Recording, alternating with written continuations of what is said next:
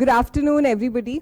It's a pleasure to be here, interacting with all of you as well as those who are going to see it later. Vision IAS is a very important platform which all of us have used during our preparation journey. इसीलिए यहाँ से कोई बुलाता है तो फिर आना ही पड़ता है. And I've even prepared a little bit of a slide क्योंकि मुझे लगा बहुत बड़ी responsibility है. One has to be very careful about what one is talking here. Ma'am introduced you to me a little bit. मैं अपने बारे में थोड़ा सा आप लोग को बता देती हूँ. उसके आगे we'll share our journey and everything that I know about this examination. UPSC for me was like a childhood dream. I was born in Bihar and I've grown up in parts in different states. West Bengal में कुछ साल मेरी पढ़ाई हुई शुरू में. उसके बाद कुछ साल मैंने पटना में पढ़ाई की. And after that I studied in Delhi. Then I went to do my graduation in political science from Miranda House, University of Delhi. And उसके बाद एक तरह से full time I started prep. और 2017 जून से I had started my preparation. And 2018, 19, 20, 3 prelims back to back, I did not qualify it by different margins across different papers. And 4th attempt, once I qualified prelims, I got rank 242 last year. तो मुझे Indian Revenue Services, Customs and Indirect Taxes मिला था. And उसके बाद मेरा यही था कि अब हो गया. अब I was really tired, so I didn't really want to give another attempt.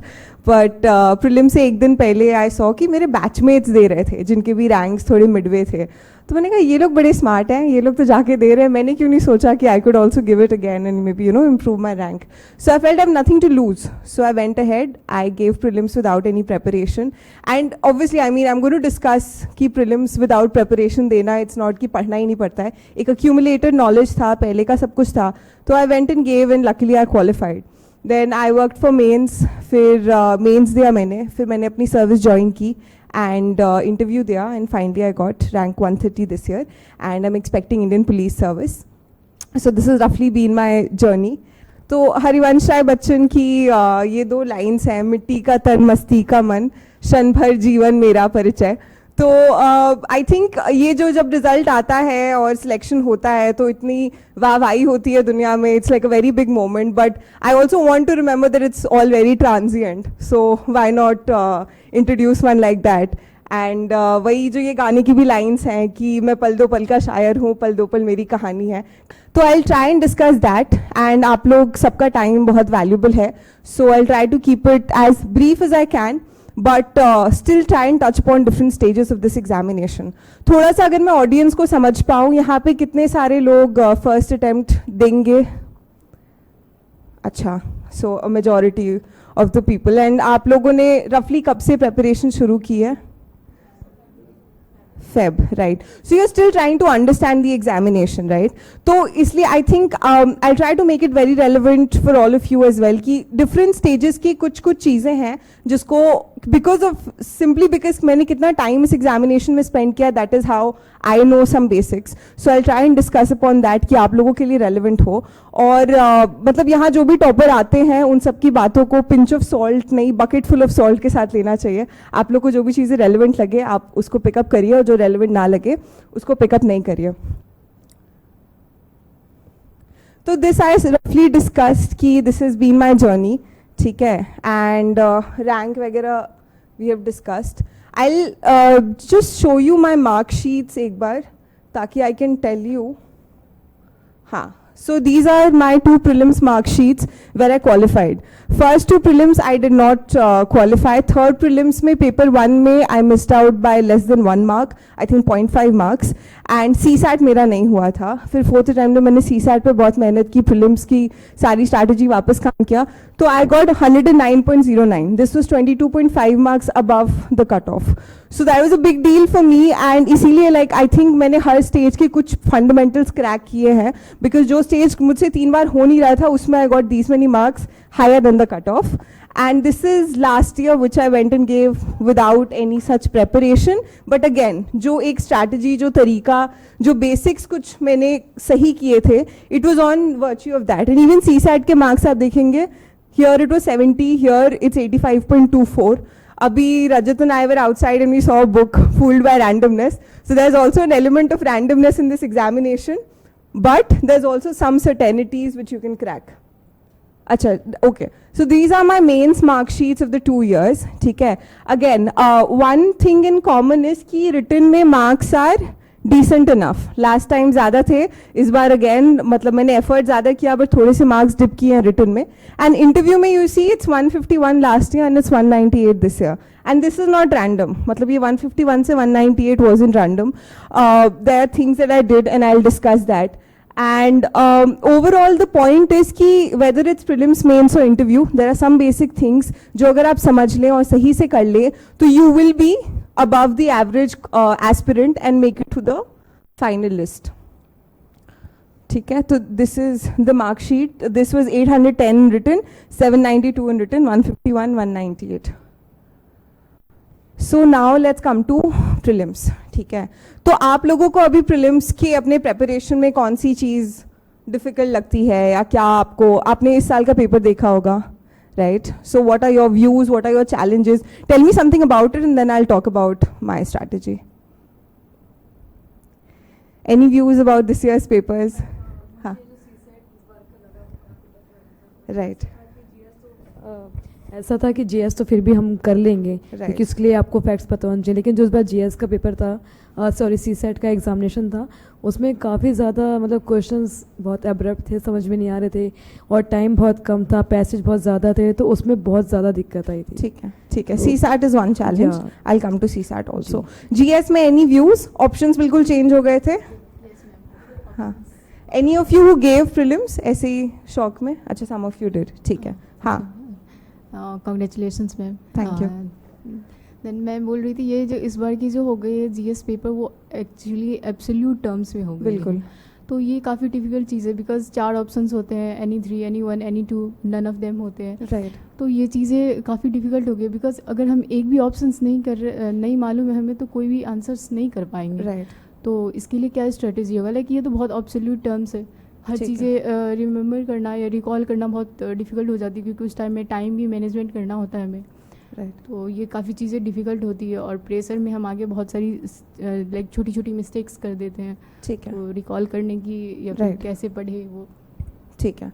तो मतलब मेजर यही चैलेंजेस होते हैं कि इस, एंड स्पेशली अब जब पेपर चेंज हो गया, मेरा सबसे बड़ा observation about this years paper is this कि अब कोई भी तरह से सुपरफिशियल नॉलेज काम नहीं आएगी. You need to know very certainly what is there and what is not there. I think that was one major change, क्योंकि इससे पहले मैं भी जब प्रीलिम्स की प्रिपरेशन करती थी तो आई यूज टू, एक शीट तो है मेरे पास जिसमें मैंने ऐसे ट्रिक्स और टिप्स लिखे हुए हैं कि किसको कैसे एलिमिनेट करना है, कहाँ पे ऐसे सजेस्टिव ऑप्शंस को चूज करना है. अगर विजयनगर लिखा हुआ है किसी ऑप्शन में तो most probably that is the option, है ना. कुछ यूपीएससी फेवरेट्स है, उन थीम्स को पिकअप करना है. But now after this years paper what one realizes is कि you need a definitive knowledge about things because that is how you choose those options. इस साल के पेपर के बारे में क्या ऑब्जर्वेशंस हैं उस पर I do have something, but पहले उससे पहले थोड़ा सा I just talk about prelims की स्ट्रैटेजी क्या होनी चाहिए एंड कैसे उसको टैकल करना है. According to my perspective, there are 2 sides of it. One is your preparation and one is your practice. ठीक है. Preparation में book list is not something that you do not know. I do have it in my PPT in case one can share it with all of you. I have also written it in my blog कि क्या book list होनी चाहिए. We'll not discuss in detail about that. All of us know कि क्या book list होगी. आप लोग एक इंस्टीट्यूट में बैठे हुए हैं, आप लोग अलग अलग इंस्टीट्यूट से हेल्प लेंगे, बट प्लीज ऑलवेज रिमेंबर जो आपके कोर बेसिक बुक्स है which every topper talks about, that has to be your Bible. इधर उधर जितनी भी चीज़ें आप और करेंगे that can complement your understanding, but you have to go back to your Laxmikanth, you have to go back to your geography का NCERT, you have to go back to your basic books. Environment है तो वो शंकर की जो वो book है उसमें से ही आपको बेसिक्स करने हैं, तो वहाँ से डिविएट नहीं होना है and you have to stick to those key sources fundamentally. अब बुक्स तो पता होते हैं, मैं अपना फर्स्ट अटैम्प्ट दे रही थी तब भी मेरे पास बुक्स थे, ऐसा तो नहीं है कि मैंने बुक्स नहीं खरीदे होंगे, मैंने कॉलेज में ही खरीद लिए थे. बट द पॉइंट इज कि बुक्स होने के बावजूद what is the main problem कि one is not able to qualify or one is not able to do things right. It's because we don't understand what is there exactly. Conceptual clarity नहीं होती है, story जो है वो clear नहीं होती है. I'll give you an example. जैसे हम लोग modern history पढ़ते हैं तो Spectrum is your basic book, that is true. But कुछ questions एटलीस्ट पिछले कुछ सालों में ऐसे आते थे जो प्री 1857 एरा के होते थे एंड उसकी स्टोरी ही क्लियर नहीं थी. तो अगर आपको स्टोरी ही क्लियर नहीं है कि क्या चीज़ कैसे हुई है, तो you can not just go to your spectrum and rectify things in think that one will qualify prelims. वैसे नहीं वर्क करता है.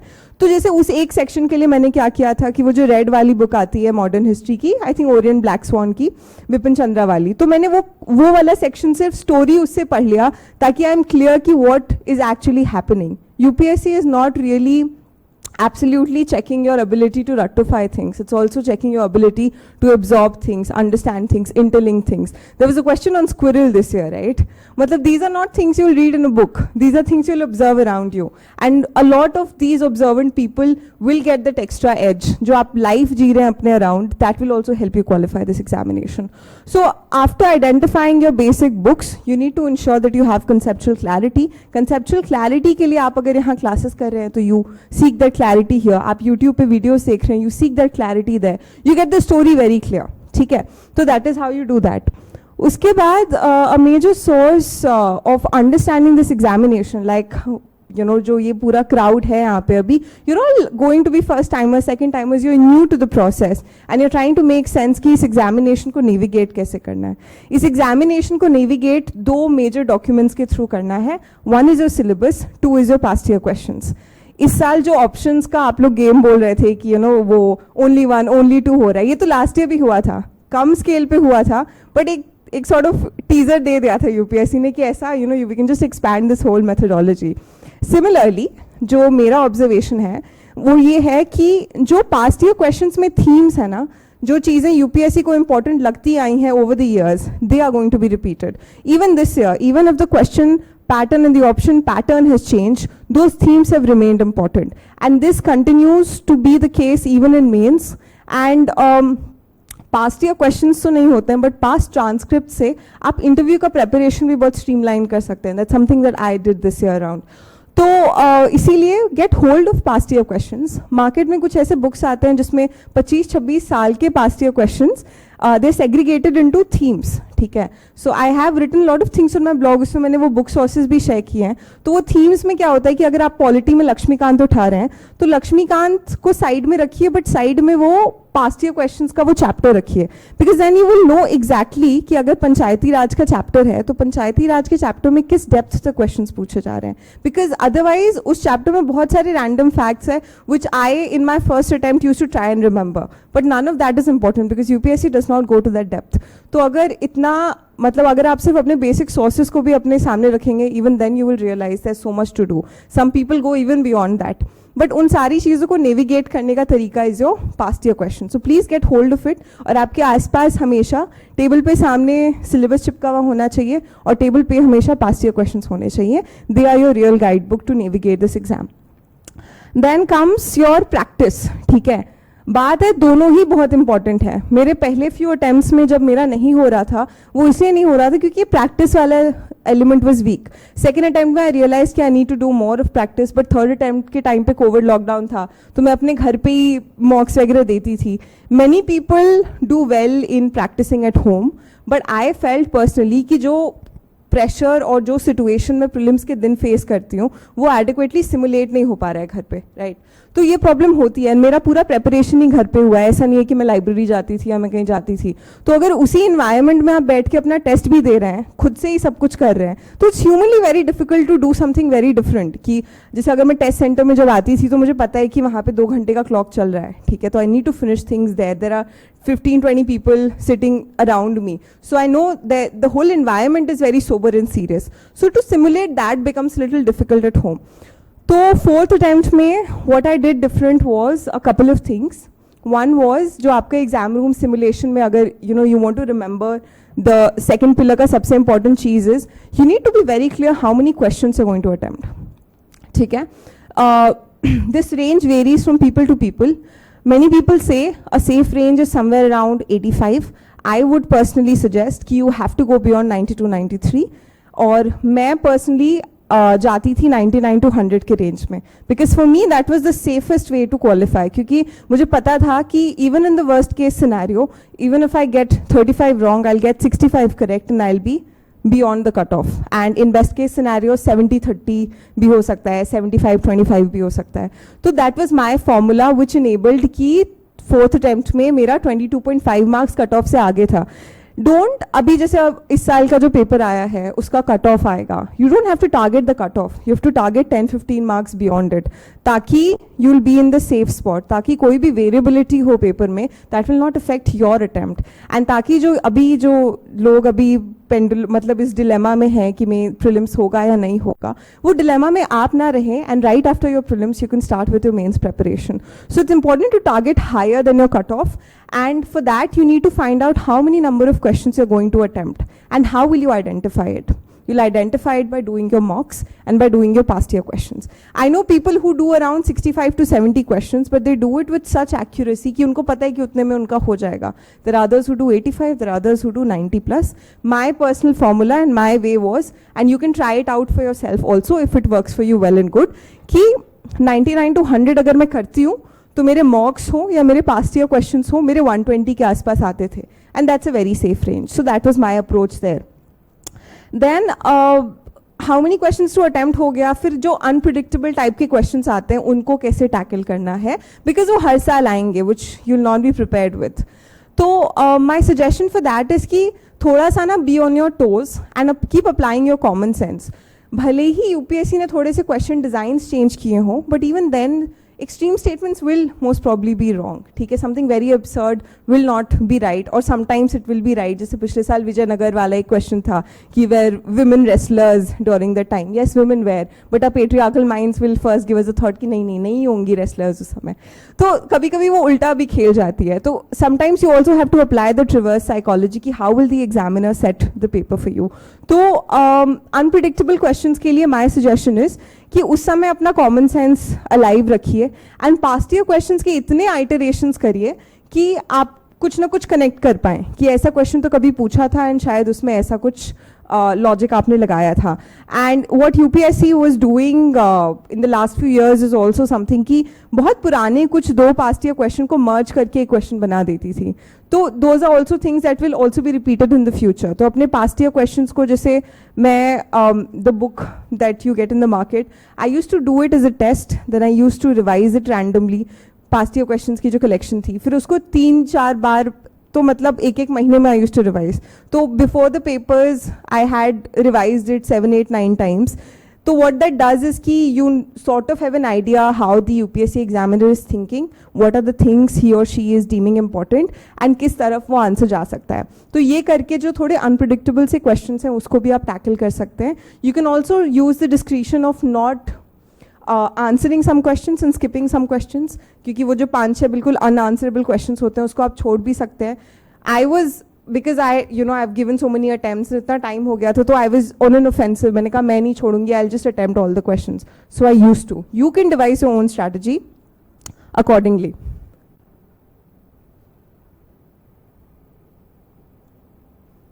Right. So practice we have roughly discussed, and एक और बहुत important चीज़ जो है इसमें वो ये है कि टेस्ट सेंटर्स पे जाके टेस्ट देना बिफोर प्रीलिम्स. मतलब मेरे लिए this was like a game changer. तो मैंने ये क्या किया था उस समय, आई थिंक सेकेंड वेव का लॉकडाउन ही चलता था, ज़्यादा इंस्टीट्यूट से खुले भी नहीं हुए थे, but I made it a point कि कुछ भी होना for at least 1.5 months before prelims, every Sunday I used to go to a test center and I used to simulate for myself ki what is going to happen. Prelims was on 10th October last year.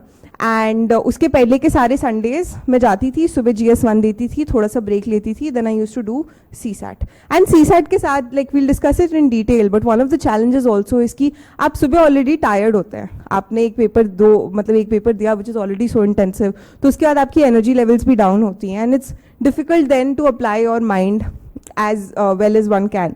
And जो हमारा regular routine होता है ना पढ़ाई का, उसमें हम लोग ये प्रैक्टिस नहीं कर पाते हैं. तो it's very important that you will simulate for yourself what is going to happen on the D-Day.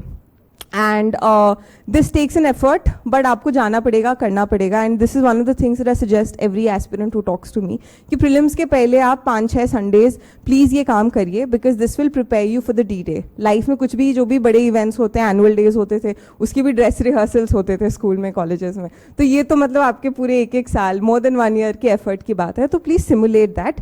तो जैसे मैंने क्या किया था, जैसे 10th को जब प्रीलिम्स था उससे पहले वाला संडे वाज 3rd October. तो 3rd October को मैंने क्या किया कि एक साल का पास्ट ईयर क्वेश्चंस लिया, and this year I took up 2017. That was 1 year which I had not attempted because my attempt started from 2018.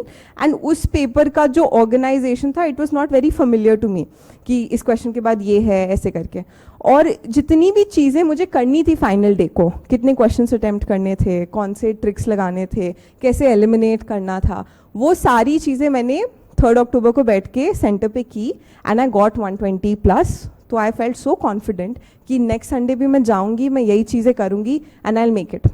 So that sort of confidence is very important, especially when you have failed at this examination before. And even as a first timer, you need to be as much more prepared as you can. So this is one suggestion that I give people. So you can try this before your prelims. So then I have also noted some observations about this year's paper. ठीक है, आपको दुनिया भर में अभी सब लोग बहुत upset हैं. Every aspirant who has given the examination has a lot of discontentment with how the paper has been designed, and there's a lot of panic in the market. But I also know that people who have been qualifying prelims will qualify it again. जो लोग करते आ रहे हैं वो लोग करेंगे, क्योंकि कुछ बेसिक चीज़ें उन्होंने फिगर आउट करके रखी हुई हैं. And UPSC, despite the difficulty of the paper, will find 11,000 candidates, 10,000 candidates who will get their mains का एडमिट कार्ड. तो how are those people doing it, and what is those basic things that can always keep you in a safe zone. ये है, अच्छा.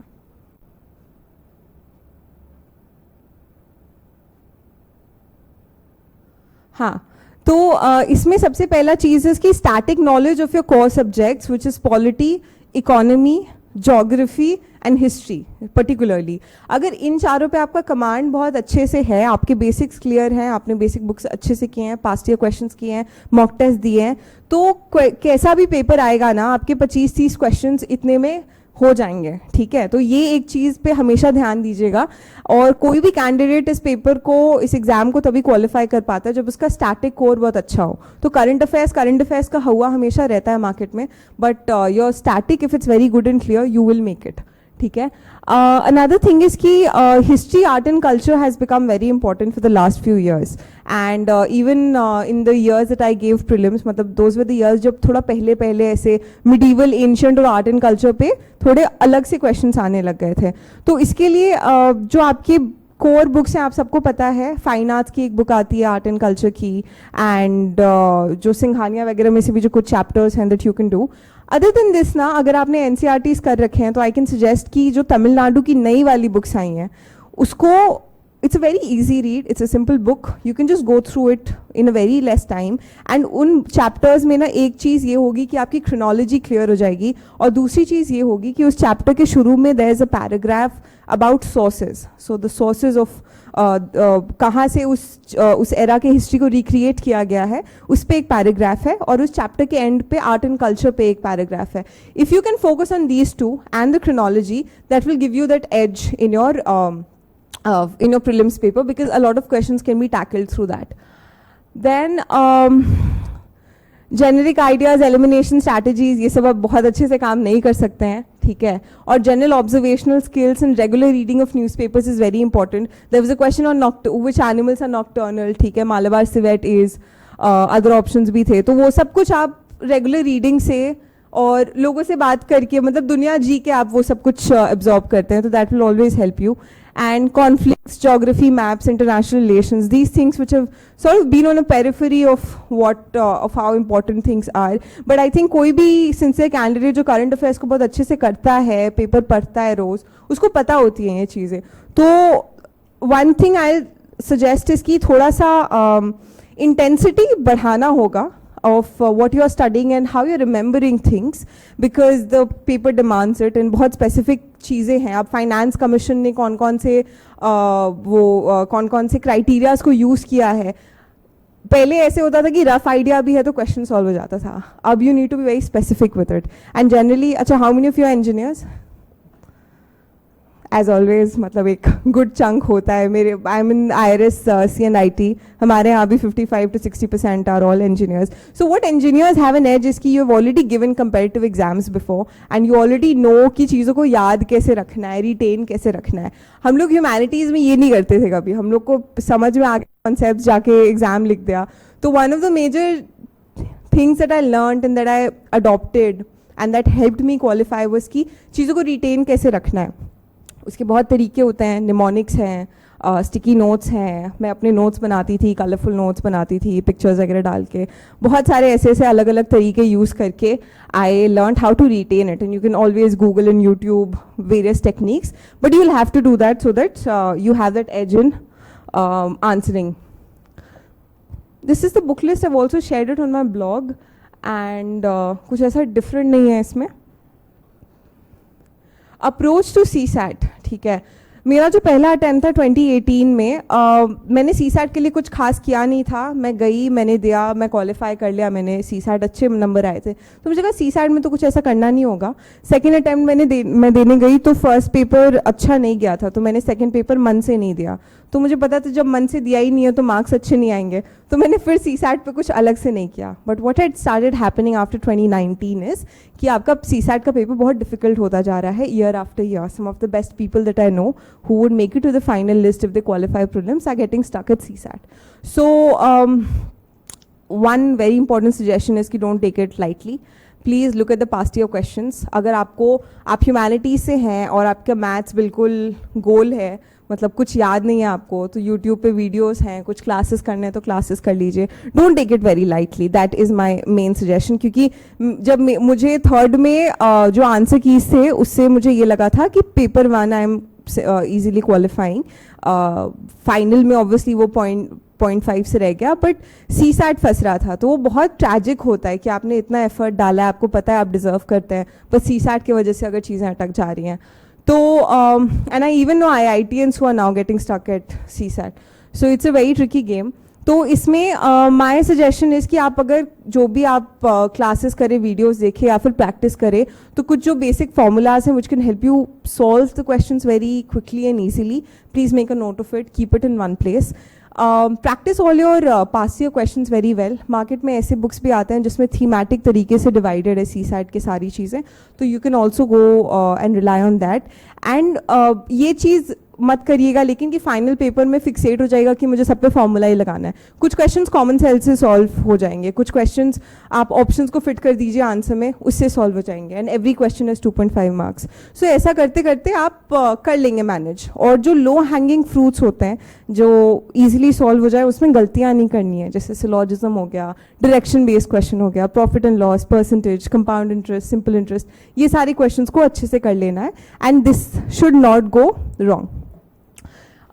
Comprehension के लिए भी, so these are just those low hanging fruits that I've mentioned: syllogism, set theory, data sufficiency, blood relations, seating arrangement, profit and loss, direction based questions. यहाँ पे गलती नहीं होनी चाहिए. And comprehension based questions के लिए it's actually very simple, but it's something that you can do very methodically. आपको कुछ नहीं करना है, आपको ये करना है कि पास्ट ईयर क्वेश्चंस निकालिएगा पेपर्स, और आंसर कीज जो UPSC अपने वेबसाइट पर डालती है वो निकालिएगा. ठीक है. Try to solve those questions on by yourself एक बार कॉम्प्रिहेंशन में जो आपने मार्क किया. फिर आप आंसर कीज में देखिए कि UPSC क्या आंसर की बता रही है, एंड जो ऑप्शंस UPSC बता रही है ना उसको कलरफुल पेन से, हाइलाइटर से just highlight it and keep it with yourself and keep coming back to those questions, keep trying to solve it again and again.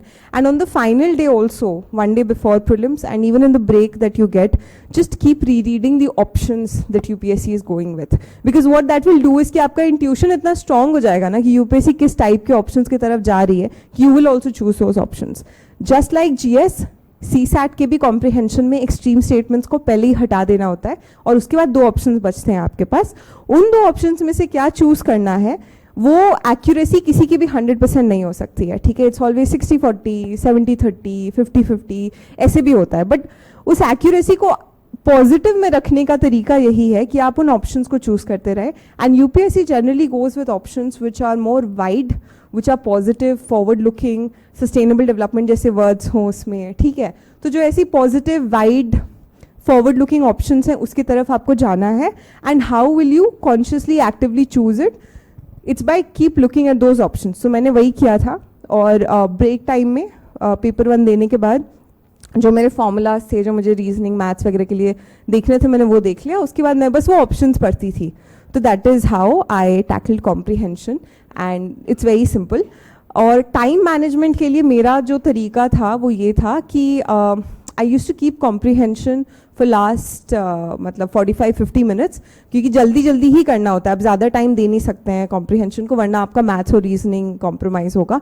तो पहले मैं मैथ्स और रीजनिंग के क्वेश्चंस कर लेती थी. उसके बाद I use to come to comprehension, I use to quickly do it. And last के 10-12 minute I use to keep for circling my OMRs. And please be very careful. इसीलिए मैं कह रही हूँ कि जो एग्जाम रूम सिमुलेशन है before prelims, that will be very important. It's going to make or break your attempt also. Because बहुत लोग ये गलती भी करके आ जाते हैं कि OMR में जल्दी जल्दी ऊपर नीचे कर दिया, तो फिर तो कितने सारे क्वेश्चंस गलत हो गए. फिर तो you have lost your whole attempt, your whole year.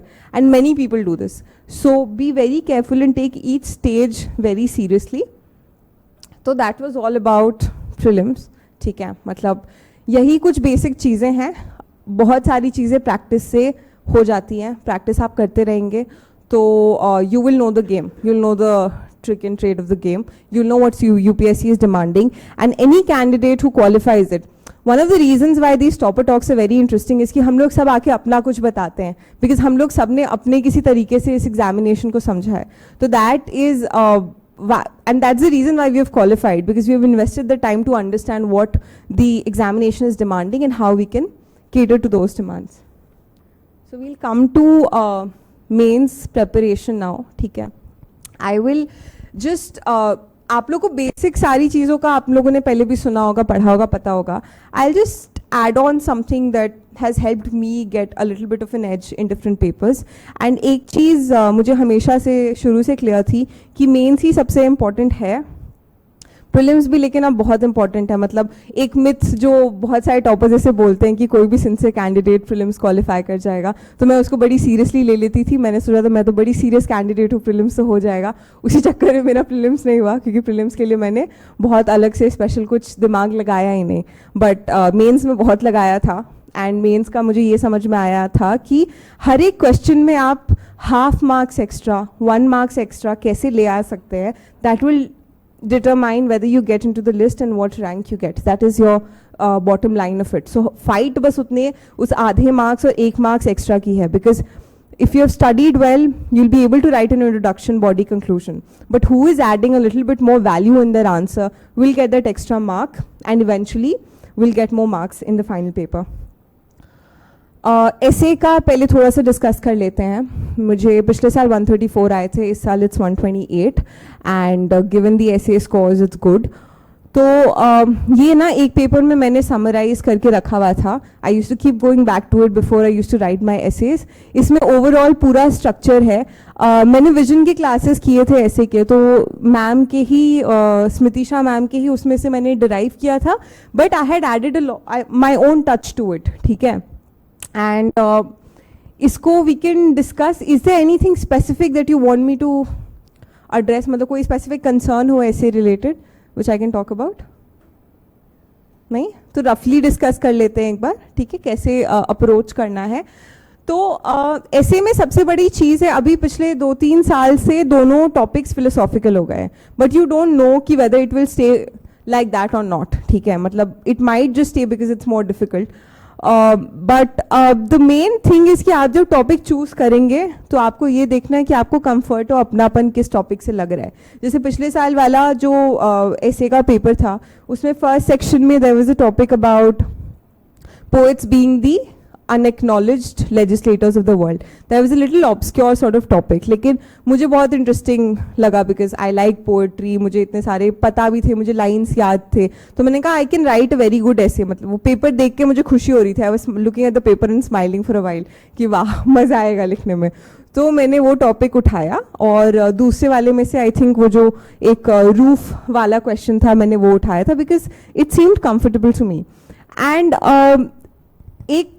अब ये एक पेज में जो मैंने समअप किया है ना, इसमें एक साइंटिफिक स्ट्रक्चर भी है कि मुझे ये भी पता होता था कि मुझे कितने पेजेस में क्या लिखने हैं, और एक फ्लो भी है, आपको दोनों पे काम करना होगा. तो शुरू का जो इंट्रोडक्शन होता है ऐसे में, that is something that should catch the examiners attention. And ये सब gone are the days where you can write something rhetorical and it will be good enough. So you need to pick original ideas.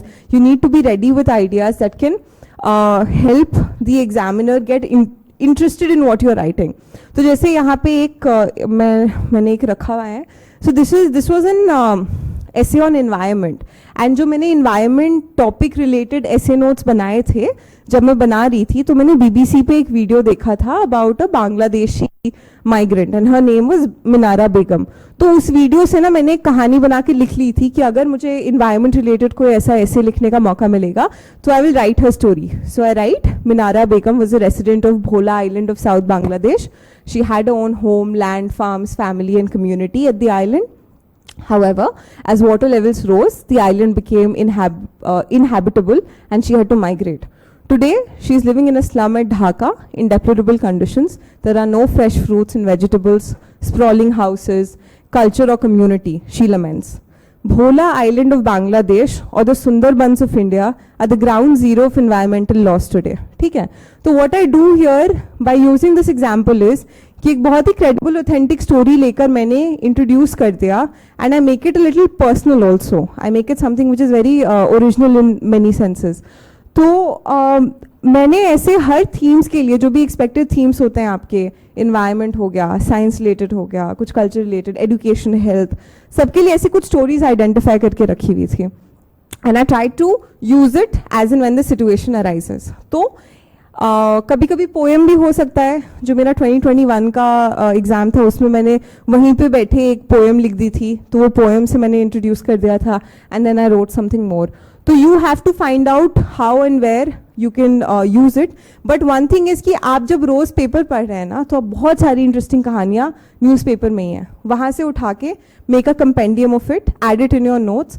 मेरे ज़्यादातर notes ever note पे हैं, सब digitised हैं, but ऐसे में I find it specially relevant, क्योंकि कोई एक जगह से आप रिलाई करेंगे तो ऐसी ओरिजिनल कहानियाँ नहीं ला पाएंगे. So you will have to collate all of it. ठीक है? Then once I have done that कि मैंने वो स्टोरी, पोएम, कोट जो भी बोल दिया, तो then I link it to the theme of the essay, कि मैंने कहानी तो बता दी, अब उसको एसे से लिंक करना है. ठीक है? तो वो पैराग्राफ मैंने यहाँ पे ऐड नहीं किया है. ये वाला ऐसे मैंने अपने टेलीग्राम चैनल पे डाल रखा है, तो you can read it there. But once you've linked it to the theme of the essay, जैसे इस साल जब वो था poets are the unacknowledged legislators of the world, तो मैंने हरिवंश राय बच्चन की अग्निपथ के लाइंस लिखे थे. And how I linked it was कि वो जो एक स्ट्रगल वहाँ पे पोएट उस पोएम में बोल रहे हैं, that is the kind of struggle that are freedom fighters also had. ठीक है? And in some ways, because doctor Harivansh Rai Bachchan wrote those lines as a poet, he created the basis of what was going to happen. ठीक है? Unacknowledged legislators का मतलब क्या है? कि there are people who are coming together and sort of debating and discussing how the world should go forward, and that is then what is going to happen. तो मैंने उस तरह से उसको लिंक कर दिया था अपने फ्रीडम स्ट्रगल के साथ, गांधी, नेहरू, अंबेडकर के साथ. And that is how I created the premise for my essay. तो वो वन कैन डू. उसके बाद एक पैराग्राफ में, एक छोटे से पैराग्राफ में, you can tell them what you going to tell them, that adds some sort of specificity to what you will talk. तो जैसे इस पैराग्राफ में मैंने लिख दिया, therefore in this essay we will explore why protection of ecology and environment is a sine qua non for sustained economic development. We will also explore pathways to pursue the same. बहुत briefly एक introduction दे दिया. This could also be a longer paragraph. This can be 2 paragraphs as and when it suits. उसके बाद आता है आपका body. ठीक है? body में I haven't put up paragraphs for my body. I'll just discuss what are the various frameworks you can use. One is of course आप लोग को पता है स्पीकली वाला, social, political, economic, environmental, cultural, legal, institutional, historical. ठीक है? तो आप ये सारे पर्सपेक्टिव्स को लेके कुछ कुछ पैराग्राफ्स लिख के एक पूरी स्टोरी बिल्डअप कर सकते हैं across any theme. Another is institutional. ठीक है? जिसमें आप मीडिया का perspective, judiciary, army, school, family, 5th branch institution, CBI, CAG, इन सब की भी आप बातें कर सकते हैं. तीसरा हो सकता है स्टेक होल्डर्स, आपने इंडिविजुअल लेवल पे बताया, फैमिली के लेवल पे बताया, community, society, nation, world. Then हो सकता है टेम्पोरल, कि आपने एक तरह से ट्रेस किया पहले क्या था, मिडीवल एरा में क्या था, मॉडर्न में, पोस्ट इंडिपेंडेंस, ग्लोबलाइजेशन, प्रेजेंट। फिर एक और जो आपके सोशल इश्यूज वाले थीम्स होते हैं, उसमें थोड़ा सा GS answer type format use करके you can always begin with what are the key concepts, कुछ स्टेटिस्टिक्स डेटा ले आए, फिर कॉजेज बताया, इम्प्लीकेशन, गवर्नमेंट अप्रोच, लैक्यूना, मतलब ये रफली जो फ्रेमवर्क्स हैं, मैं अक्सर ये करती थी कि मैं ये सारे फ्रेमवर्क्स में से कुछ कुछ यूज करती थी। टेम्पोरल से मैं शुरू कर दूंगी, पहले की कुछ कहानी बताऊंगी, ठीक है, उसके बाद थोड़ा सा अपना स्पीकली के कुछ पर्सपेक्टिव्स ले लिए, फिर स्टेक होल्डर्स का कुछ बता दिया। स्पेशली जो सोल्यूशन वाला पार्ट होता है उसमें स्टेक होल्डर्स का बहुत इंटरेस्टिंग हो जाता है, because then you can, when you bring an individual and family in suggesting solutions, it tells the examiner कि आपसे बड़ी बड़ी बातें नहीं कर रहे हैं, you can think at the micro level also. So that's something that I used to do. तो मैंने वही यहाँ पे लिखा हुआ है कि मैं इन सारे अप्रोचेस को सिंथेसाइज कर लेती थी, और जो मेरे इंटरेस्ट हैं और जो मुझे अच्छा लगता था, जैसे मुझे art and culture was generally one of my favourite topics in the prep, तो मैं आर्ट एंड कल्चर की बहुत सारी चीज़ें लाने की कोशिश करती थी। एंड एक और चीज़ जो मैं करती थी, because my option is PSIR, तो पॉलिटिकल फिलोसफी आप एथिक्स में भी पढ़ते हैं, तो it's not even just something that people with that optional can use. यहाँ पे after I introduced it, linked it to the theme of the essay, told them what I'm going to tell them. Now before I start the body, I will build some premise on some political philosophy. ठीक है, Rawls के justice की कुछ idea, बिल्कुल simple language में, बिल्कुल simple idea डाल देती थी। जैसे पिछले साल मैंने जो ऐसे लिखा था, उसमें फाइनल पेपर में, उसमें मैंने प्लेटो का दी शैडोज वाला जो आइडिया है and the theory of ideas, मैंने उसको थोड़ा सा वो कहानी को लाके I had build that premise, so that also helps you differentiate your essay from different people. And once I've done all of this, and see, the point while doing all of this is कि there should be a flow in the storyline, ठीक है, एक कहानी की तरह एक बिल्कुल simple language में फ्लो होना चाहिए, बट आप जो भी बोल रहे हैं उसको आपको सब्सटैंशिएट करते रहना पड़ेगा। तो जैसे जीएस में आप एग्जाम्पल्स देते हैं, वैसे यहाँ पे भी आप कुछ डेटा लेकर आइए, कुछ सिंपल एग्जाम्पल लेकर आइए, कुछ ना कुछ तरीके से सब्सटैंशिएट अगर आप करते रहेंगे तभी आपका ये वाला पार्ट अच्छे से चलेगा, ठीक है। उसके बाद once this discussion is done, then there remains 2 more parts. One is your penultimate conclusion and the other is your final conclusion. तो ये जो penultimate conclusion है, this is basically कि जो third last और second last page है, they should have your solutions, and my approach was कि मैं ये solutions को अपने stakeholders के perspective से ले आती थी, ठीक है। तो इंडिविजुअल लेवल पे, फैमिली लेवल पे, कम्युनिटी लेवल पे, and I have some examples आगे, तो उस तरह से मैं सॉल्यूशंस डिस्कस करती थी। जैसे दिस इज, हाँ, तो यहाँ पे कुछ मैंने पहले आइडियाज डिस्कस कर लिए कि अब वो फ्लो है उसमें, the pursuit of sustained economic development, the imperative of protecting our environment. It becomes a necessity, having looked at the grim picture above, to find out how to protect nature so that it ensures both sustained economic development as well as what Harlem Brundtland in her groundbreaking report called Sustainable Development. फिर एक और idea Ernst शूमैकर का मैंने small is beautiful discuss कर लिया. Then अब यहाँ पे आ गए, तो मैं अलग अलग तरह से सोल्यूशंस ला रही हूँ. तो ये एग्रीकल्चरल प्रैक्टिसेस का कुछ ले आई मैं, Suhas Palekar zero budget natural farming, precision agriculture का कुछ ले आई. फिर यहाँ पे तो नहीं है शायद, बट मैंने कुछ इंडिविजुअल एग्जाम्पल्स भी यूज़ किए थे, इस ऐसे में नहीं किए थे शायद, बट अलग अलग एग्जाम्पल में. जैसे अगर सोशल वर्क का कुछ हो तो जो हमारे पद्मश्री विनर्स हैं, मैं उनकी स्टोरी ले आती थी. 2, 3, 4, 5 स्टोरीज मैंने स्पेसिफिकली लिख के रखी हुई थी, which I can use here and there. Then comes your conclusion which will be your last page. वो पूरा पेज जाना चाहिए कंक्लूजन को. तो बात है ना कि हर चीज़ को एक फॉर्मूला की तरह रिड्यूस किया जा सकता है, इन द सेंस कि ओवरऑल स्ट्रक्चर अगर आप ये रखें तो आई कैन गारंटी यू कि you will get good marks. उसके अंदर का फ्लो और सब्सटेंस आप बिल्ड करते रहिए. बहुत सारे लोग ये स्ट्रक्चर भी नहीं डेवलप कर पाते हैं एंड देन दे कंप्लेन कि फिर मार्क्स नहीं आए. तो इस स्ट्रक्चर में फिर लास्ट पेज में when you are discussing the conclusion, it should have the bigger picture, the big idea, the larger things at life. ठीक है. तो जैसे यहाँ पे मैंने टोक्यो ओलंपिक्स का एक एग्जाम्पल मैंने अपने नोट्स में लिख रखा था कि टोक्यो 2020 में ना मोटो चेंज हुआ था and it had added together पहले आई थिंक फास्टर स्ट्रॉन्गर था, फिर उसमें हाँ फास्टर हायर स्ट्रॉन्गर था, उसमें टुगेदर भी ऐड किया गया था. तो आई कनेक्टेड दैट आइडिया कि if whatever changes we need to bring in the future it has to be brought together in the Olympics to save our human nature. Environment and civilization may be together act in unison. फिर मैंने ऐसे अपने उपनिषद से भी बहुत सारे ideas लिख रखे थे, बृहद्रण्यक उपनिषद का, महा उपनिषद का, और ये पृथ्वी सूक्ता के कुछ लाइन्स थे, उसी को समराइज करके लिख दिया था. पृथ्वी सूक्ता आई थिंक मैंने पीएम का कोई स्पीच में से ये कभी पिकअप किया था, where it basically offers salutations to mother nature, है ना. तो वो चीज़ से मैंने इसको कंक्लूड किया. एंड ये चीज़ एक और चीज़ लास्ट में, अगर मैंने मिनारा बेगम की स्टोरी से शुरू किया तो ये मुझे विजन के ही फीडबैक में मिलता था कि जिस इंसान की स्टोरी से आपने शुरू किया है लास्ट में जस्ट मेंशन देम. तो Minara Begum, may lives like that of Minara Begum never be upturned. So you are connecting कि अच्छा स्टोरी अब पूरी हो गई, जहाँ से शुरू हुआ वहाँ पे ख़त्म हुआ. तो this is just one of the many essays I wrote, but एक बेसिक स्ट्रक्चर के लिए ये सारी चीज़ें फॉलो की जा सकती है. Substantiate with data and example, go micro and macro in views, stick to the theme and spirit of the essay. ठीक है. And this was my special कि मुझे जो अच्छा लगता था आर्ट एंड कल्चर के रेफरेंसेस दे दिए, पॉलिटिकल फिलोसफी को थोड़ा सा ऐड कर दिया, तो इससे आप सब्सटेंस बिल्डिंग कर सकते हैं अपनी एसे की. And you can obviously have a look at various topper essays that are there in the market and build your own style, build your own themes.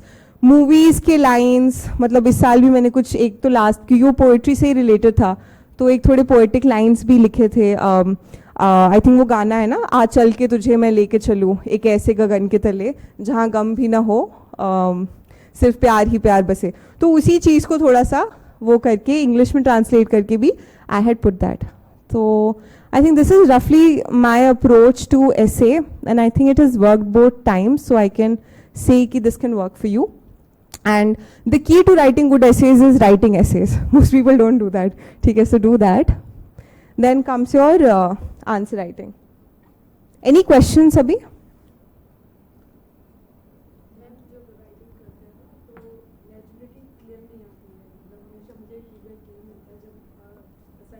Check होते हैं, जब असाइनमेंट चेक होते हैं कि हैंड राइटिंग इम्प्रूव करने के लिए बहुत सजेशंस आते हैं, क्योंकि लिखते लिखते स्पीड का भी ध्यान रखना होता है, तो लेकिन लेजिबल नहीं हो पाती दूसरे इंसान को कि लिखा क्या है. आपको तो पता है आपने क्या पॉइंट्स पुटअप किए वहाँ पे, लेकिन वो मतलब स्पीड भी मेंटेन करना, और हैंड राइटिंग बहुत फिर रैश हो जाती है. यार ये दिक्कत मतलब मेरे साथ भी थी थोड़ी सी. मेरी हैंड राइटिंग इस प्रिपरेशन में आने के बाद बहुत इम्प्रूव हुई थी, पर तब भी एक टेस्ट दिया था मैंने अपने, अभी भी ऐसी आ रही है मैम. अच्छा, तो 4th अटेम्प्ट के पहले मतलब ऐसे हुआ था कि एक टेस्ट था एंड मुझे उसमें सबसे हाईएस्ट मार्क्स आए थे, बहुत सारे लोगों ने दिया था. पर उसके बाद भी जो एक मेंटोर थे मेरे, मैंने कहा सर अब मैं और क्या करूं इसमें, तो सर कहते हैं थोड़ी हैंड राइटिंग बेटर हो जाए तो बेटर हो जाएगा. तो मैंने ना I figured out some classes for hand writing, and to be honest I did it, क्योंकि so many things are at stake at this examination कि मुझे लगा ये अगर थोड़ा सा और एफर्ट मांगता है ना तो I can do it. 4-5 classes किए, बट आई थिंक यूट्यूब पे भी वीडियोस होते हैं कि 4-5 कुछ ऐसे सेशंस में you can figure out. And मैंने स्पेसिफिकली उस पर्सन को यही बोला था कि sir I need to write very fast, but my handwriting little, it gets little vague last के आंसर्स में, तो how can I improve it. तो मैंने वैसे कर लिया. तो थोड़ा सा आप अगर यूट्यूब और गूगल पे सर्च करेंगे कुछ हैंड राइटिंग रिलेटेड वीडियोज़ देख के, you can change your few of your letters, how those letters are connected, and you can practice it, और वो हो जाएगा, and you have enough time to do that. तो hand writing का यही है, एंड लिखते लिखते हो जाएगा. इवन बिफोर द कोर्स मेरी हैंड राइटिंग बहुत ठीक ही थी, इम्प्रूव हो गई थी लिखते लिखते. तो वो करते रहिए. Thank you ma'am. या talk about the essay language paper, that is qualifying paper. वो उसके लिए कुछ नहीं करना होता है, वो बस पास्ट ईयर क्वेश्चंस लेने होते हैं लैंग्वेज वाले, एंड उसके थ्रू यू कैन प्रिपेयर. मतलब मैंने दोनों अटेम्प्ट्स में जो वो एक हफ्ता होता है ना मेंस, जीएस मेंस के बाद, उसके बाद ही मैंने वो पेपर्स निकाले थे. 1-1 घंटा I use to give it. What you can do is read, Hindi का होता है एक तो मेन, तो हिंदी एडिटोरियल्स आप अपने मेंस के प्रेप के टाइम में थोड़ा बहुत पढ़ते रहिए. And it's simple, it's easy. You just need, अगर आपकी हिंदी बहुत ज़्यादा कमज़ोर नहीं है तो आई विल से कि बहुत कुछ स्पेशल करने की ज़रूरत नहीं होती है. Get a hold of the past year questions from UPSC paper, UPSC website. Ma'am, I have one more question. That is management problem. If I'm reading something, then I have to write the same thing like मैं अगर किस कुछ चीज़ भी का management problem? Like मैं कुछ भी पढ़ रही होती तो मुझे रीडिंग एंड राइटिंग की वो हैबिट है, हाँ तो ये मेरी बहुत ज़्यादा टाइम कंज्यूम कर लेती है, तो हाँ। मैं दूसरी चीज़ों मैनेज करने में थोड़ी मुझे प्रॉब्लम आ रही है, तो कैसे करूँ मैं ये? मतलब आप कुछ पढ़ने के बाद उसको लिखने बैठ जाते हैं, हाँ, है ना? कुछ भी पढ़ रही हूँ बट उससे क्या आपका रिटेंशन बेटर होता है? Yes ma'am. हाँ तो ठीक है, then that is your style. Even if it takes little bit more time, at the end of the day you will manage, वो करते करते हो जाएगा, ठीक है। एंड कोशिश ये करिए, जैसे ये जो दिक्कत आप बोल रहे हो ना, ये इसलिए होता है क्योंकि हम लोग को लगता है अगर हम लोग लिखेंगे तो याद रहेंगी चीज़ें, बट कभी कभी बिना लिखे हुए भी यू कैन रिमेंबर, ठीक है। उस किताब को सामने रख के try and retain it in audio visual memory, ऐसा कुछ करके you can do that. Like no ma'am, ऐसी पर्टिकुलरली चीज़ जैसे न्यूज़पेपर पढ़ रही हूँ या फिर कोई ऐसे टॉपिक पढ़ रही हूँ, तो उस चीज़ के लिए पर्टिकुलरली मैं लिख करके ज़्यादा आई थिंक मुझे लगता है वो मेरे लिए बेनिफिशियल होती है, तो मैं लिख नहीं तो करके उसमें लिखती से रहती सिर्फ हूँ। हाईलाइट करके उतनी चीज़ें लिखिए ना जो आपके लिए बेनिफिशियल है। पूरा एडिटोरियल तो आप आंसर में नहीं लिखेंगी, उस एडिटोरियल में से 2 लाइन का कोई डेटा या 2 लाइन का कोई कोट लिखेंगी ना, तो उसको हाईलाइट करके लिख लो।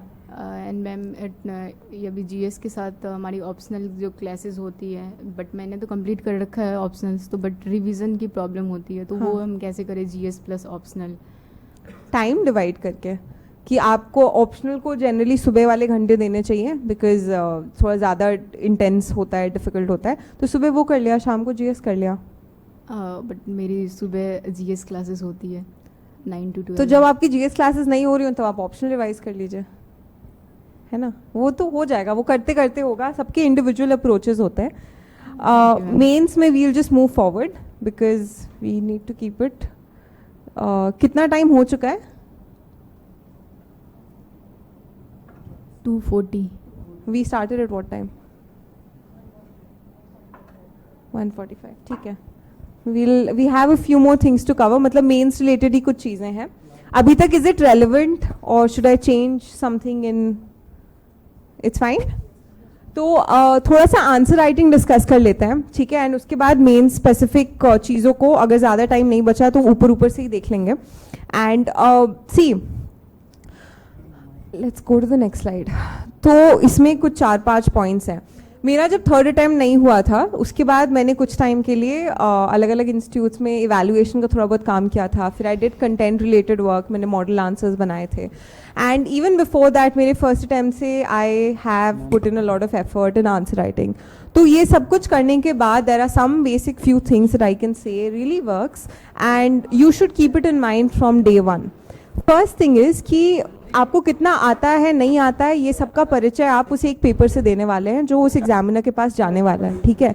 सो what is the psychological effect you are going to create on that examiner, ठीक है। अगर एक हैंड राइटिंग जैसे उन्होंने बोला लेजिबल नहीं है, बट हैंड राइटिंग बिल्कुल ही इलेजिबल है, कुछ समझ ही नहीं आएगा एग्जामिनर को, तो वो आपको मार्क्स क्या देंगे, ठीक है। बहुत सारे लोग क्या करते हैं कि क्वेश्चन नंबर 11 से अपने आंसर्स लिखना शुरू कर देते हैं बिकॉज 15 मार्कर है, ज़्यादा मार्क्स मिलेंगे, बट कोई एग्जामिनर आपका पेपर खोलेगा क्वेश्चन नंबर 1 से।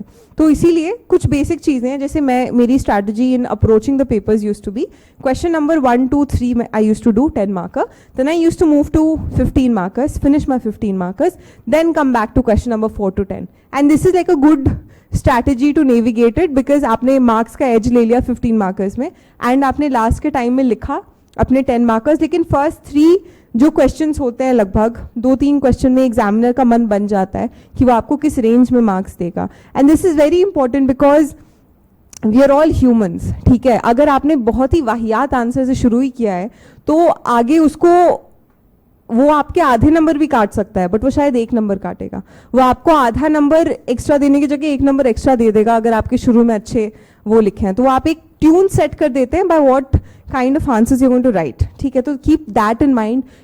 Your answer copy should look good, should have good substance in it, and while you do your introduction body conclusion which everybody tells you, there should be a semblance of, so this is one answer I just got, ठीक है। अब देखिए इसमें ना because of these subheadings that I'm using, one subheading here, one subheading there, and conclusion यहाँ end में, what is happening is कि मैंने keywords वहाँ से ही उठा लिए, तो एग्जामिनर को पता है कि मैंने क्वेश्चन एड्रेस किया है। 2 keywords मैंने maybe I think that must not have been there, but this 1 keyword I pick up from there, and point wise मैंने आंसर लिख दिए। ये I think this was a 10 marker, so 4 point there, 3-4 point here, here conclusion. So it's telling the examiner that I've addressed the questions. And sometimes what will happen is in questions which are absolutely absurd and bouncer questions आते हैं अब, especially GS3 में आते हैं, तो तब भी अगर आप ये फॉर्मूला भी फॉलो करेंगे ना तो you will get a little bit more edge than your competitors, because आप एक इमेज तो क्रिएट कर दिया आपने कि आपने क्वेश्चन एड्रेस किया है by using subheadings, by keeping this structural format in mind. ठीक है, तो और ये introduction, body, conclusion I don't need to repeat, this all of us can do. Then comes key value addition करना होगा. ठीक है, and it is that will fetch you some extra marks. That value addition will be the examples that you will use, the maps and diagrams that you will make. And once I'll come to various topics here, तो तब we'll discuss further कि कैसे और क्या चीज़ें add on की जा सकती हैं. तो this is one answer. Then this is another answer I've just got for reference. अब content आपके पास रहेगा तो किसी भी type के questions आए you can always address it. I'll go topic wise थोड़ा, ताकि I can just tell you कि क्या क्या टाइप के वैल्यू एडिशंस आप कर सकते हैं इसमें. ठीक है, have you all had a look at the main syllabus? रफली सबको पता है ना कीवर्ड सारे? तो दिस इज GS1. ठीक है, ये मैंने अपने ब्लॉग पे सब डाल रखा है, मैंने वहीं से बेसिक्स, क्योंकि यार जितनी चीज़ें मुझे पता थी मैं ऑलरेडी लिख दिया था मैंने पहले ही, तो वही सब कुछ थोड़ा सा डिस्कस कर लेते हैं. इंडियन कल्चर है. ठीक है, आर्ट एंड कल्चर लोगों को लगता है बहुत ही ज़्यादा डिफिकल्ट, कुछ बाउंसर टाइप चीज़ें आती हैं. ऐसा कुछ भी नहीं है. The syllabus makes it very easy for you. It's art forms, literature and architecture. ठीक है, तो पॉलिटिकल चीज़ें नहीं पूछी जाएंगी, किसकी किससे युद्ध हुई, फाइट हुई, ये सब नहीं पूछी जाएगी. They will also stick to art forms, literature and architecture. So accordingly what you need to do is कि across the chronology, across the themes, you make sure कि हर पीरियड का ये 3 टॉपिक्स पे आपके पास पॉइंटर्स हो. एंड स्पेशली जो थीम्स आपसे पहले पूछे गए हैं उन पे आपने स्पेशली नोट्स बना रखे हो. ठीक है, तो मैंने बना रखे थे. अब पुराने वाले अगर आप पास्ट ईयर क्वेश्चंस देखेंगे, लाइक आई केप्ट एम्फसाइजिंग कि पास्ट ईयर क्वेश्चंस हैं तो आपके पास सब कुछ है. तो पास्ट ईयर क्वेश्चंस अगर आप देखेंगे तो Indus valley civilisation, Buddhism, Jainism, Sangam, Gupta, Chola, Gandhara, Vijayanagar, Arab and Chinese travellers. These are very important, these are UPSC favourites. Even in prelims इस चीज़ों पे रिपीटेडली क्वेश्चन पूछा जाता है. तो अगर आर्ट एंड कल्चर में से कुछ क्वेश्चन आने हैं तो ये तो आपके पास प्रिपेयर्ड होना ही चाहिए. और how do you get that extra edge of marks कि ना सिर्फ ये चीज़ प्रिपेयर्ड हो बट इन चीज़ों पे वैल्यू एडिशन भी रहे. कुछ डायग्राम अगर आप बना सकते हैं, जैसे जो डांसिंग गर्ल का ब्रॉन्ज स्टैचू है, मैंने अपने नोट्स में उसका डायग्राम बना रखा है कि कभी क्वेश्चन आया तो मैं उस पर वो बना दूँ. ठीक है, चोल का नटराज थोड़ा डिफिकल्ट है तो वो नहीं बनाया था. गांधार से अगर आए तो बुद्धा का एक छोटा सा आई prepared. Arab and Chinese travellers में कौन सी बुक किसने लिखी, 3-4 ही हैं, तो वो मैंने याद करके एक पेज में I had put it in my notes and that was already prepared in a question answer format. तो फिर पूछ लो, तुम क्या पूछ लोगे, यही अगर इनमें से आएंगे तो आएंगे ही. और जो बाकी थीम्स हैं उसके भी रफली क्रोनोलॉजी वाइज मैंने प्रिपेयर करके रखे हुए थे. नाउ व्हाट हैपेंस इज कि even if these questions are not asked directly and something a little, जैसे पिछले साल आया ना bull figures and I think bull and lion था. ठीक है, ऐसे कुछ था. तो वैसा भी कोई क्वेश्चन आएगा ना, उसके लिए भी आपके पास कंटेंट होगा इन्हीं टॉपिक्स के प्रिपरेशन से. तो ये चीज़ आप कर सकते हैं. प्लस आर्ट एंड कल्चर में what I also use to do is कि जिस थोड़ा सा स्टाइल लाना पड़ेगा. तो अपना इंट्रोडक्शन में अगर मुझे विजयनगर का कुछ लिखना है तो the Vijayanagar period from 1336 to 1646 has been a high watermark for art, architecture and literature. The glory has been chronicled by travelers like Domingo Pace, Fernão Nunes, Abdul Razak among others. So I've just used वो prelims का knowledge to write an introduction which is more specific and stylish. That's all. Then इसमें आप ये सब prepare करके अपने मतलब this is very simple and I use to love this topic, तो आराम से हो जाता है. Then comes modern Indian history. Modern Indian history में अगेन आपका प्रीलिम्स का knowledge is more than enough. थोड़ा सा अगर एफर्ट एक्स्ट्रा मारना है तो आप ये करिएगा कि जो थीम्स पे क्वेश्चन पूछ रहे हैं एंड जनरली जो ओवरऑल इंपॉर्टेंट थीम्स है ना, उसमें इंट्रोडक्शन कंक्लूजन रेडी रखना. कुछ अगर मैप और डायग्राम हो सकता है तो वो रेडी रखना. जैसे कि रिवोल्ट ऑफ 1857 का अगर क्वेश्चन आता था तो एक मैप मेरे नोट्स में पहले से होता था about the storm centres of revolt. ठीक है, एक मैप बना देती थी मैं, एक लाइन से ऐसे डाल देती थी and I used to just point out. And जो लीडर्स थे जो हम लोग प्रीलिम्स के लिए पढ़ते थे कि कौन सी जगह के कौन से लीडर्स थे, वो भी मैं मार्क कर देती थी. तो that is how I used to tackle modern Indian history, और इसके भी नोट्स मैंने बना लिए थे, उसी में से सारे क्वेश्चंस हो जाते हैं. वैल्यू एडिशन, मेन चीज़ इज वैल्यू एडिशन कैसे करना है. आपने इंट्रोडक्शन कंक्लूजन रेडी रखा है, थोड़ा सा कहीं पे मैप बन सकता है, मैप बना दिया, एग्जाम्पल्स डाल दिए, और कंक्लूजन में अगर हो सके तो थोड़ा सा connected to modern Indian history, मतलब पोस्ट इंडिपेंडेंट हिस्ट्री, जिस भी चीज़ में कनेक्ट हो सके तो ठीक है. Then comes world history. World history में again there are very few themes. Market में मेजर कंटेंट आपको मिल जाता है, उसके around you can prepare. And इसमें भी मैप्स प्रिपेयर्ड थे, स्पेशली जो प्रोबेबल टॉपिक्स हैं. What you can always do is कि जो प्रोबेबल चीज़ें हैं उसी पे काम कर सकते हो. जो आउट ऑफ बिल्कुल वो आता है, that is not in your control. But जो प्रोबेबल है उसके नोट्स, मैप्स, इंट्रोडक्शन, कंक्लूजन, वो सब मैंने रेडी रखा हुआ था. अनुदीप सर का ब्लॉग आई हैड रेड, उसमें से जो उन्होंने बुक सजेस्ट की थी मैंने रफली उसी में से सारी चीज़ें की थी. तो दिस इज समथिंग. एंड ये सब एटलीस्ट वर्ल्ड हिस्ट्री प्री से पहले रेडी करके रखना, क्योंकि प्री के बाद टाइम नहीं मिलता है. Then comes geography. पिछले साल मेरा GS1 में I had gotten around 99, and अब मुझे मार्क्स बढ़ाने थे तो वो उसमें आई फिगर्ड आउट कि ज्योग्राफी में थोड़ा सा मैंने एफर्ट कम डाला था. प्री के नॉलेज के बेसिस पे आई वेंट एंड रोट. ठीक है, तो this year around I worked a little bit around geography as well. And unfortunately GS1 में मेरे एक क्वेश्चन छूटा था, तब भी आई गॉट 108. तो दैट इज़ बिकॉज कोई भी स्टोन अनटर्न नहीं छोड़ना होता है. तो ज्योग्राफी में भी बहुत बेसिक है. आपका जो बेसिक नॉलेज है प्री का, that is what you will use. But please identify repeated themes from past year questions. और अभी जब मेंस का टाइम होता है ना, सो this is something that you can keep for after pre. तो जितने सारे इंस्टीट्यूट्स होते हैं वो सब अपनी टेस्ट सीरीज जो होती हैं उसमें से आप देखिए कि ज्योग्राफी में क्या क्वेश्चंस पूछे जा रहे हैं. कभी कि जैसे पिछले साल WTO का जो फिशरी सब्सिडी वगैरह न्यूज़ में था, तो उसको ज्योग्राफी से कनेक्ट करके पूछ लेते थे. तो इस टाइप के जो एक्सपेक्टेड क्वेश्चंस हैं, that you can keep it prepared. Make sure all your maps are there and basic introduction conclusion is ready. This is salinity का question है अगर, तो you can always introduce with a very basic definition. Salinity means the total content of dissolved salts in ocean. It's calculated as the amount of salt dissolved in 1000 grams of sea water. It's generally expressed as parts per thousand. ये NCERT से ली हुई definition है, but once you write this in your final answer, this itself will show that you know and you know well. बहुत specific और simple से डाल रखा है, ठीक है. देन मैप्स डालने हैं, ये सारी बेसिक चीज़ें हैं. और हाँ, एक और चीज़ ज्योग्राफी में जो बहुत इंपॉर्टेंट होती है कि आपने बेसिक ज्योग्राफी से आपको जितनी चीज़ें आती हैं जो हर एक कैंडिडेट को आएगी वो आप लिख देंगे, लेकिन तब भी ना स्पेस बच जाता है क्योंकि there are not enough points. जैसे टेक्निकल वो बहुत ज़्यादा पॉइंट्स नहीं आता है. You need to generate more points. So what you need to do is कि पब्लिक पॉलिसी एंगल से कनेक्ट करके सोचना शुरू कर दीजिए, ठीक है. तो जैसे यहाँ पे एग्जाम्पल दिया है मैंने, अगर मॉनसून है फॉर एग्जाम्पल, तो जनरल बातें करने के बाद you can talk about how it affects agricultural patterns, ठीक है. और हाउ अगर डिफरेंस पूछा गया है पेनिनसुलर रिवर्स और हिमालयन रिवर्स के बीच में, तो after you have given the basic geographical differences, then you can talk about how it's affecting agricultural patterns. You can talk about how it shapes disasters in the two regions, कि north में किस तरह के होते हैं, south में किस तरह के होते हैं. तो ऐसे इस टाइप से आप पॉलिसी पर्सपेक्टिव से अगर कनेक्ट करके 3-4-5 पॉइंट्स और जनरेट कर देंगे तो आपको वो 1-1.5 मार्क्स एक्स्ट्रा मिल जाएगा. एंड ज्योग्राफी में this is how you get your value addition done. Then comes Indian society and diversity. These are very simple topics, but लोग इस पर एफर्ट नहीं करते हैं. कुछ नहीं करना है, एक बुक आती है मार्केट में मेंस के पास्ट ईयर क्वेश्चंस की, ठीक है. If there is one thing that you can do after this session for me, for yourself, for your whole preparation, please get hold of these past year question के compendiums. Mains की भी आती है.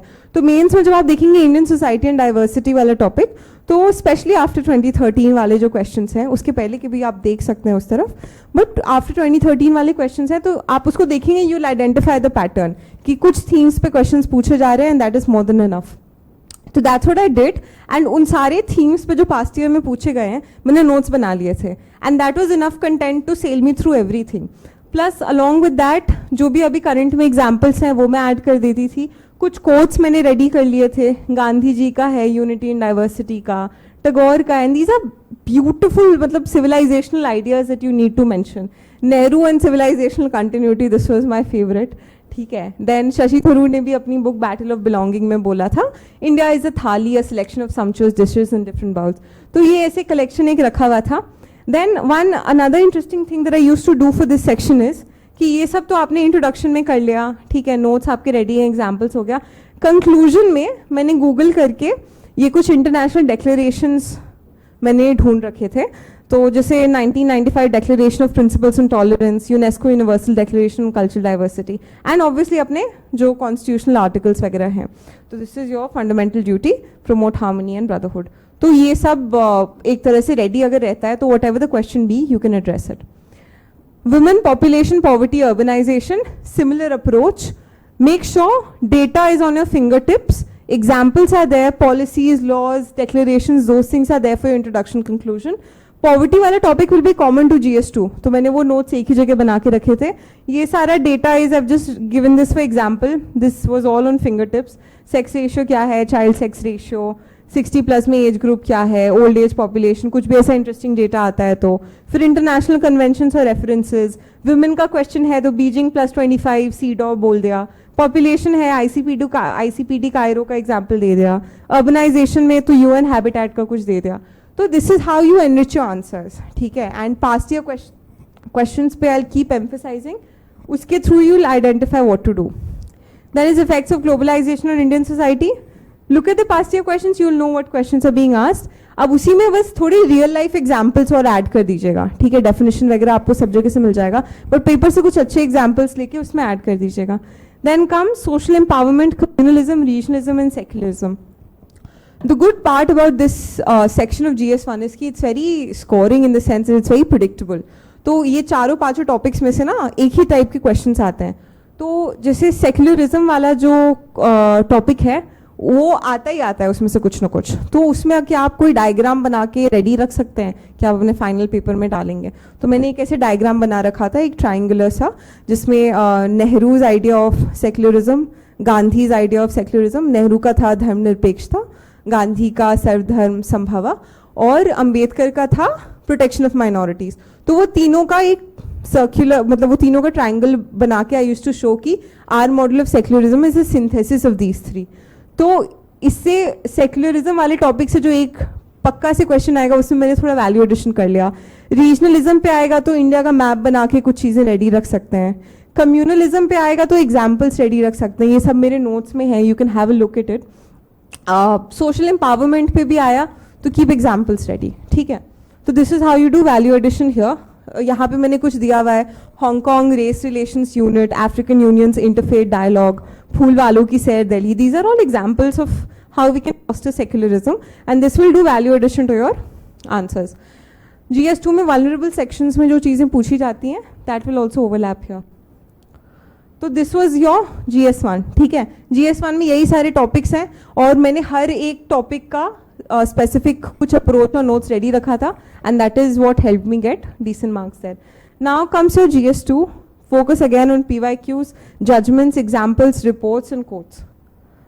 Polity के जो topics थे इसमें मैंने टाइम लगा के एफर्ट डाल के मैंने पास्ट ईयर क्वेश्चन से देखा कि क्या क्या चीज़ें बार बार पूछी जा रही हैं, because otherwise it seems like कि कुछ भी करंट में से पूछ दिया. ऐसा नहीं होता है. एंड बिल्कुल जो इमीडिएट करंट है उसमें से तो कभी कभी पूछते भी नहीं है.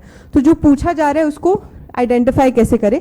तो मैंने एक पेपर पे पूरी लिस्ट बना ली थी कि क्या क्या पास्ट में पूछे जा रहे हैं, and accordingly I used to I made notes for that and then I studied. जैसे आप अगर देखेंगे freedom of speech and expression is always a burning topic. ठीक है. आर्टिकल 19 उसके अंदर से कुछ ना कुछ आता है. डेफेमेशन आ जाएगा, सेडिशन आ जाएगा, कोई ना कोई एक चीज़ आ जाएगी एंड वो इमीडिएट नहीं होगी. बट अगर आपके नोट्स रेडी हैं you will sail through that. So I had made notes for that. And introduction के लिए I used to use constitutional articles या फिर गांधी, अंबेडकर या अदर कॉन्स्टिट्यूंट असेंबली मेंबर्स की कुछ अगर ऐसे कोट्स या आइडियाज़ हैं तो that I use to use. And judgements भी आई यूज टू यूज़. और आपके लक्ष्मीकांत में अगर आप देखोगे there is a chapter called I think that chapter is called basic structure. ठीक है. उसमें एक लिस्ट ऑफ जजमेंट्स हैं जिसमें किस जजमेंट में लिखा है कि व्हाट इज बेसिक स्ट्रक्चर. जैसे ऑल ऑफ अस नो कि एसआर बोमई में कहा गया था कि secularism is a basic structure, but there are many more judgments also. तो I use to use democracy का कोई अगर क्वेश्चन है तो उसमें democracy is being called is a basic structure in this particular judgment. तो that is how I use to relate and conclude. अब ये जो छोटे मोटे टॉपिक्स हैं इसके लिए मार्केट के basic notes you can take. And मैंने इसके वही किए थे यार, मतलब पास्ट ईयर क्वेश्चंस वगैरह से देख के मैंने सबके नोट्स बना लिए थे एंड रेडी रख लिया था. कुछ के जिसके नोट्स नहीं थे I just use to pick up some model answer and उसको मैं रिवाइज कर लेती थी. ये वाला गवर्नमेंट पॉलिसीज एंड इंटरवेंशंस वाला जो है इसमें you need to keep a tab on all the current legislations that are taking place. ठीक है, तो उसके through you can prepare that. And और जो ये है डेवलपमेंट प्रोसेस वाला, इसमें एनजीओज, एसएचजीज, वेरियस ग्रुप्स एंड एसोसिएशंस, इसमें data will be important and examples will be important.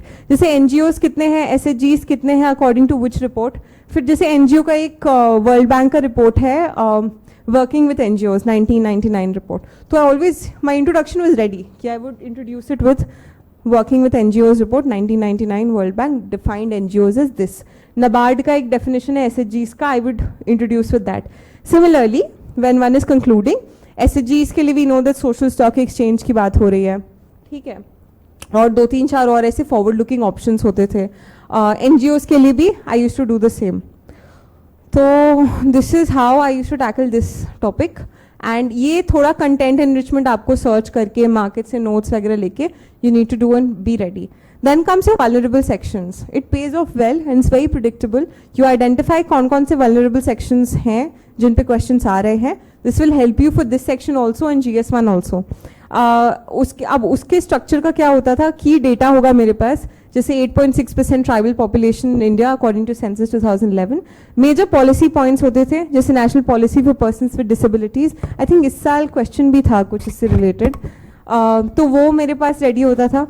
फिर की challenges faced by the vulnerable section, solution in terms of government policy scheme, civil society efforts, best practices. ये सब paper से आप उठा लोगे, ये दो तो आप ऐसे देख लोगे, बट बेस्ट प्रैक्टिसेस आप पेपर से उठाओगे. जैसे पीपल विथ डिसेबिलिटीज, दिव्यांग जन के लिए एक बहुत अच्छा आर्टिकल मैंने पढ़ा था which was talking about community based rehabilitation, which is the link between family and community to enable a more dignified life for them.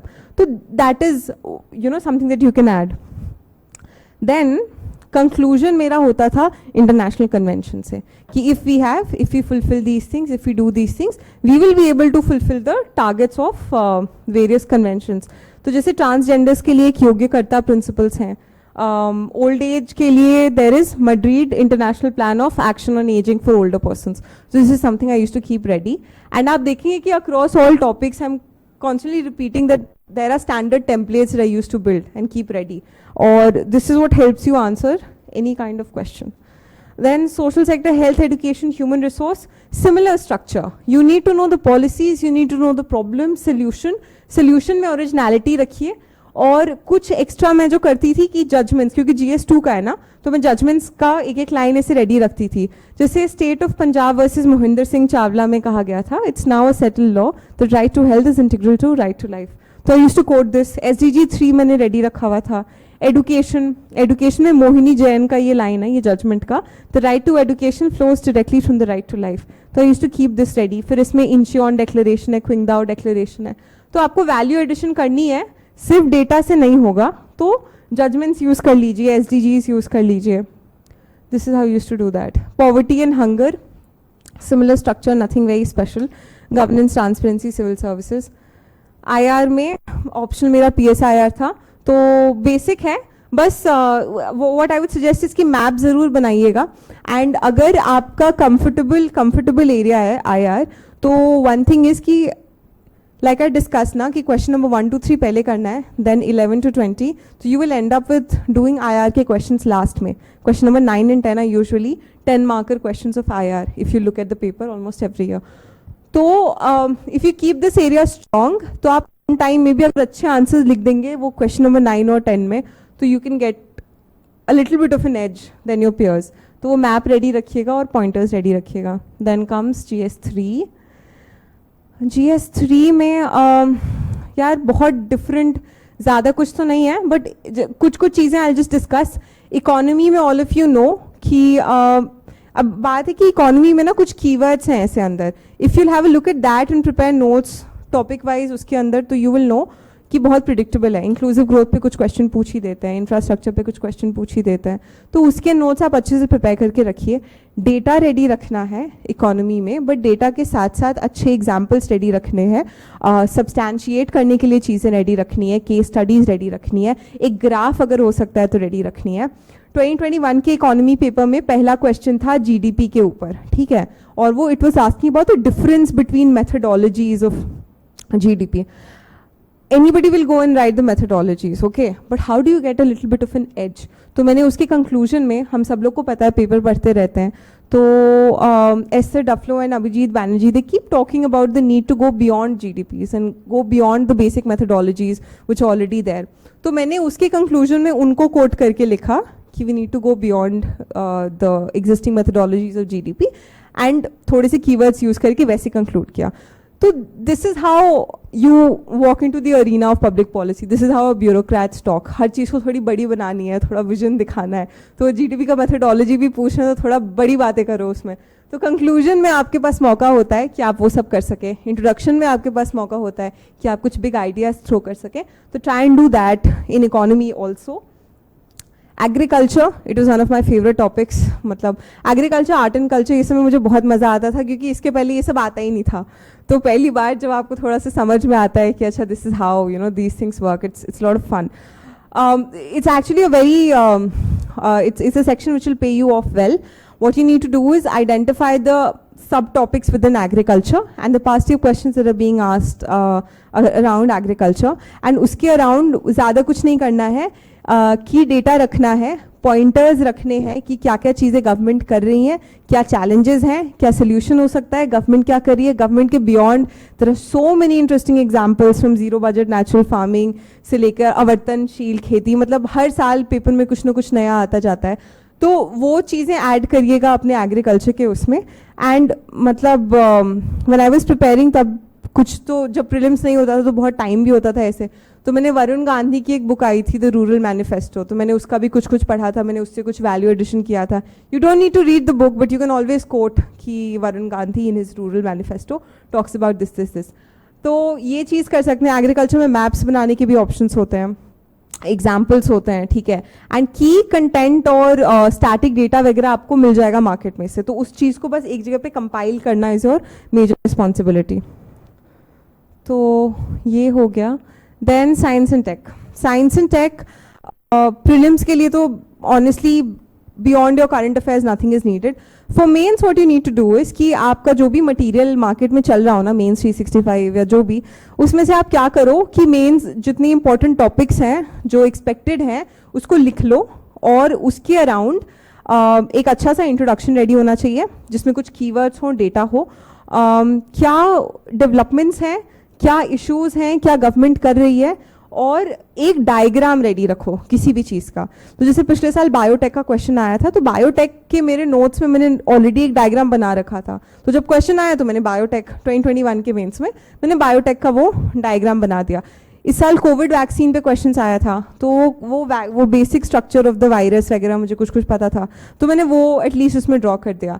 तो GS3 में मार्क्स ओवरऑल डिप करते हैं, मेरे भी इस साल थोड़े से डिप किए हैं, बट रफली if you do this for science and tech it will pay you well. And you can have a look at my notes जो मैंने अपने ब्लॉग पे डाला है. तो उसमें कंक्लूजन्स वगैरह अच्छे से रेडी रखती थी. जैसे even for something like biotech का कंक्लूजन में ना वेस्ट बंगाल गवर्नमेंट का एक कोई स्कीम है ABCD करके, तो I use to use that. फिर ब्लॉकचेन का भी, जैसे ब्लॉकचेन पॉलिसी, ब्लॉकचेन पे I think Presidio principles are related to blockchain, I think, if I'm not wrong. So, usko you can use in conclusion. So, this is how you can do value addition here. Then comes environment. Environment पे भी you just identify what are the themes past year questions में जो पूछे गए हैं, and what is the current topics जो test series में बाहर पूछे जा रहे हैं, उन themes को निकाल के just prepare your notes. Disaster and disaster management में इसमें क्या है कि जितने disasters हैं उसके you can make common notes which will also help you in geography. And what you do is कि जो आपके मेन आपको मार्क्स मिलेंगे ना सोल्यूशन बताने के लिए कि वो डिजास्टर को मैनेज कैसे करना है, तो उसमें कुछ पॉलिसी पर्सपेक्टिव्स इंटरेस्टिंग लेकर आइएगा एंड वो वैल्यू एडिशन आप खुद से करते रहिए. जैसे फॉर एग्जांपल अर्थक्वेक का जो आंसर होता तो मैंने अपने नोट्स में ऐसे बना रखा था Japanese model of tackling earthquake.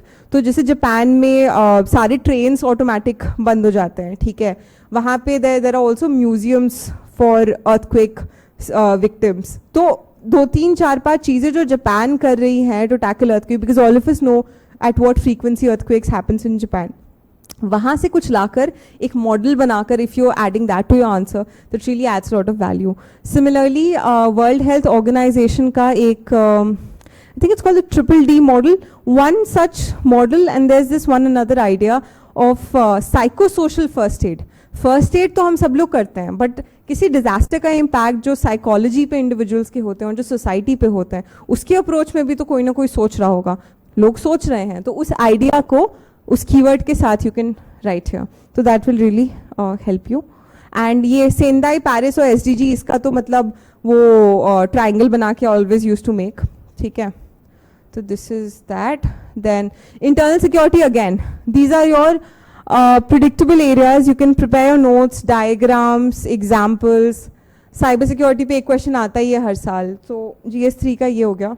Then comes ethics. Ethics में मैं ज़्यादा कुछ बहुत डिस्कस नहीं करूँगी. इट्स जस्ट कि आपका जो पार्ट ए है उसमें जो क्वेश्चंस होंगे उसके लिए make sure you have your notes in one place. And ethics में वन चैलेंज बिकम्स, आप इतना कुछ पढ़ रहे हैं, इतना कुछ याद कर रहे हैं, तो to remember the important things and to produce it becomes a challenge. तो keep making shorter notes of it, examples के साथ, keywords and various. I just show you one copy of my. तो जैसे ये इंटेग्रिटी का एक topic है, ठीक है, तो मैंने इंट्रोड्यूस कर दिया. Integrity refers to honest, willing, consistent congruence in thought, speech and action. According to second ARC, this is what it means. Value of values. ये डायग्राम मैंने खुद से सोच के बनाया था कि अगर इंटेग्रिटी का क्वेश्चन आएगा तो I'll make this, and I made it 2021 वाले अटेम्प्ट में. उसके बाद देखिए why pursue integrity. तो ये 4-5 पॉइंट्स मैंने डिफरेंट पर्सपेक्टिव से सोच के, कुछ मार्केट में जो कंटेंट है उससे लेकर कुछ खुद से ऐड करके I prepare this. Then how do you pursue integrity. इसमें भी 5, 6, 7 ऐसे आप पॉइंटर्स लिख दो. उसके बाद आप देखो कि पास्ट ईयर में इंटेग्रिटी रिलेटेड क्या क्वेश्चंस पूछे जा रहे हैं, एंड उसके अराउंड आपके पास नोट्स रेडी होने चाहिए. And I can assure you कि if those pointers are there in your notes, you will have enough content to write whatever comes, ठीक है.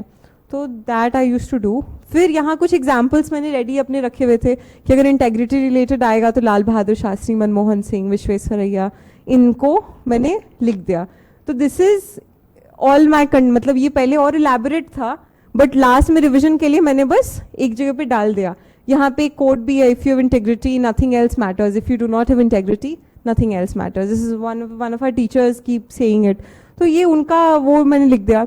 इससे ज़्यादा कुछ चाहिए नहीं होगा. यहाँ पे भी देखिए जम्मू एंड कश्मीर के जर्नलिस्ट जो थे, बुखारी, गौरी लंकेश, सलमान रुश्दी, एडवर्ड स्नोडेन, इन सबके एग्जाम्पल्स इसकी इंटेग्रिटी की वजह से they loss their well being. So if there's a discussion around that, you can always use the examples. So this is how you do part A. Keywords आप सबके पास हैं, just prepare your notes around this. Then comes your case studies. Case studies का भी different people have different approaches. मैंने इस attempt में इस चीज़ को summarize करके यहाँ पे लिख दिया था कि कैसे I'll approach it. तो मैं ऐसे, क्योंकि इतनी सारे कोट्स हम लोग पढ़ते हैं फिर ऐसे एथिक्स एवरीथिंग, तो मैं कोई ना कोई कोट यूज़ कर लेती थी. I use to start with that. Then comes your introduction, जिसमें मैं कुछ ना कुछ कॉन्स्टिट्यूशनल आइडिया से रिलेट कर देती थी या फिर कुछ कॉन्टेक्स्ट बिल्डिंग कर देती थी. देन होता है एथिकल डिलेमा डिस्कस करना. तो आप थोड़ा डायग्रामेटिकली इसको ऐसे कुछ बना के या ऐसा कुछ बना के you can discuss the 2 ethical values जिसके बीच में डिलेमा है. Then will come your stakeholders, ठीक है. तो आपने ऐसे कुछ डब्बा बना के स्टेक होल्डर्स लिख दिए. फिर आपने ऑप्शन असेस कर लिए. फिर आपकी जो यहाँ पे फ्रेमवर्क है ना, दिस फ्रेमवर्क, यहाँ पे मैंने इसको डिटेल में लिख रखा है. आप जो अपने सोल्यूशंस देंगे, एथिकल सोल्यूशंस देंगे, तो how do generate more points. The reason why you need a lot of frameworks in this examination is कि ऑन द पॉइंट उसी समय कुछ जनरेट करने होते हैं पॉइंट्स. तो मैंने ये फ्रेमवर्क रेडी रखा हुआ था कि इसके around I can generate points. जैसे पहला है इंटरनल कैपेसिटी. तो आप रिसोर्सेज आप रेडी करेंगे, इंटर डिपार्टमेंटल कोऑपरेशन करेंगे, लीडरशिप इंप्रूव करेंगे. एक इंटरेस्टिंग चीज आप हमेशा बात कर सकते हैं कि डेटा ड्रिवन या evidence based public policy, these are interesting things, some of them I added. तो इसमें आप जेपैल का randomise control trial, Duflo Banerjee के जो आइडियाज हैं, क्या क्या आप किसी इंस्टीट्यूशन के साथ कोलैबोरेट कर सकते हैं, DU-JNU के साथ आप मिलकर रिसर्च कर सकते हैं, तो this can give you some interesting example, ठीक है। और फिर जैसे यहाँ पे, हाँ, फिर you bring private sector expertise, we have to, because the kind of questions that are being asked now is कि आपको सोल्यूशन बताने कि आप क्या करोगे, तो आप अलग अलग पर्सपेक्टिव ला रहे हो, तो आप ये भी एक ले आओ कि मैं प्राइवेट सेक्टर एक्सपर्टीज को लाऊंगा, I get PPP model, I get fresh energy and so on. फिर आप ग्लोबल पार्टनरशिप और एक्सपर्टीज को भी ला सकते हो, जैसे डिसैलिनाइजेशन में इजराइल का कुछ ला सकते हो, पंक्चुअलिटी की आपको वैल्यू लानी है, कोई ऑर्गेनाइजेशन है वहाँ पे पंक्चुअलिटी का इशू है, यू गेट जापान, ठीक है, वर्क कल्चर पे कुछ काम करना है, तो you get expertise, you get a team from the Scandinavian countries to sort of train your employees. So this is one framework. Then another is consultative mechanism where you're involving people. तो आप जन सुनवाई, मोहल्ला सभा ये सब कर लें. Then another framework is attitudinal or internal changes. तो एक जो idea है nudge का, I think Sunstein की book है ना, they also won the Nobel Prize for it. So you nudge people to change their behavior. आप जैसे PM के मन की बात होती है, वैसे ही DM के मन की बात हो सकती है, लोगों के मन की बात हो सकती है, role modelling, celebrity messaging. Covid के टाइम में lot of celebrity messaging happened, right? Amitabh Bachchan की आवाज आप सुनते थे जब भी फोन करते थे। तो these are things to bring attitudinal changes, and I had listed all of these down कि अगर मुझे कोई भी सोल्यूशन ओरिएंटेड चीजें पूछी जाएंगी तो I will work on this. Then comes your ethical justifications also. This is what will also fetch you a lot of, mainly fetch you a lot of marks when you're making, writing an answer in ethics. तो मैंने बस keywords लिखे हुए थे, गांधी जी का तलिस्मान use कर लिया, Emmanuel Kant का कैटेगोरिकल इम्पेरेटिव, तिरुवल्लुवर का भी आइडिया यूज कर लिया वर्च्यू एथिक्स का, ठीक है, justice John Rawls, greatest good of greatest number, Guru Nanak का आइडिया, एंड अपना जो central civil services conduct rules है 1964, it also talks about integrity, devotion, professionalism. तो दीज आर रफली the things that one can use to tackle a case study. बाकी basics सबको पता ही होता है. तो मेंस का overall this was the thing. Optional I'm not really discussing because that will not be relevant for a lot of people. We can discuss it later. Mains में यही सारी चीज़ें मुझे समझ में आई हैं, जिसको मैं अगर समराइज करूँ तो past year questions are everything. You can make notes of most things, do a lot of value addition, see how you can bring originality, and that is how you will sail through most of the things. क्योंकि कुछ एक आधा चीज़ें लोगों के questions होते हैं current affairs वगैरह पे, तो मैं बहुत briefly I just touch. Prelims के लिए कुछ नहीं, न्यूज़पेपर्स, हिंदू, इंडियन एक्सप्रेस. अपने नोट्स बनाने में टाइम मत वेस्ट कीजिएगा, मैंने कर रखा है इसलिए मैं बोल रही हूँ. कुछ हेल्प नहीं करता, आप रिवाइज नहीं कर पाते हैं. It's better to just read newspapers and then go to your monthly magazines and do multiple revisions of it. And monthly magazines अगर नहीं भी हो पाते हैं तो last year, end of the year जो आते हैं आपके पास, PT 365 वगैरह, उसको आप कर लीजिए. One very good thing that vision had done, जो मैं सबको बोलती हूँ करने के लिए, इसकी आपके जो मंथली मैगजीन्स हैं या फिर जो ईयर एंड कंपेंडियम्स हैं, उस पर QR कोड है which takes you to a test. Have any of you tried it? Yes, it's very good because it helps you revise the whole thing. It helps you retain the whole thing. तो you can always make use of that. ठीक है. फिर आते हैं mains पे. Mains में current affairs का again आप कोट्स, आइडियाज, डेटा न्यूज़पेपर से लेके अपने नोट्स पे ऐड कर लीजिए. मैंने एवरनोट पे हर सिलेबस के टॉपिक का एक नोट बना रखा था, उसमें मैं ऐड कर लेती थी. तो इसीलिए थोड़ा कंटेंट डिफ्रेंशिएटेड और ओरिजिनल रहा, क्योंकि न्यूज़पेपर से चीज़ें उठा के उसमें डाल रखी थी. एंड लोगों को कोट करिए. जैसे मर्सी पेटिशन का एक क्वेश्चन आता है कभी कभी, तो उसमें गोपाल कृष्ण गांधी का एक कोट था कि इट्स अ सिविलाइजेशनल रिस्पॉन्सिबिलिटी. मतलब प्रेसिडेंट के पास जो पावर होती है पार्डनिंग की, it's a civilisational responsibility. So if I am quoting Gopal Krishna Gandhi and writing that idea, then automatically मेरे आंसर में वेट आ जाता है. वैसे ही मैंने डफलो बैनर्जी का GDP वाला यूज़ किया. तो that was that. Personality test, I will just touch very briefly about this. Last year, just one second.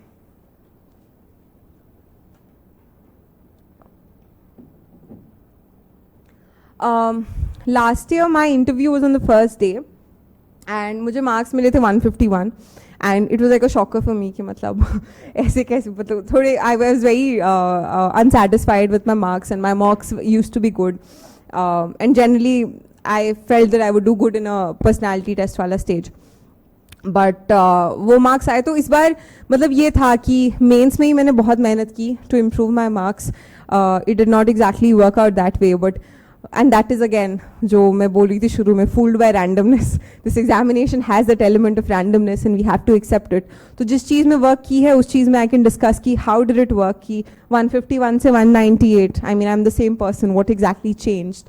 तो a couple of things I would say what one needs to do about interview is कि आप लोग को अभी तो bother नहीं करना है बिल्कुल, because right now you have to prepare for the examination. But once one is done with your mains का stage and one is expecting your interview call, तो at that point of time, amongst many things, the first thing would be कि आपको थोड़ा सा अपना headspace positive रखना है. You need to be prepared to be an officer and to actually work in the field next. तो आपकी थोड़ी thinking perspective and your talking, everything has to align accordingly. तो that is that. But more specifically जब जिसे पिछले साल जब interview call आई और इंटरव्यू मेरा पहले दिन था तो 15-16 कुछ दिन थे, that was very less time, and उससे पहले मैं कुछ सीरियसली कर नहीं रही थी.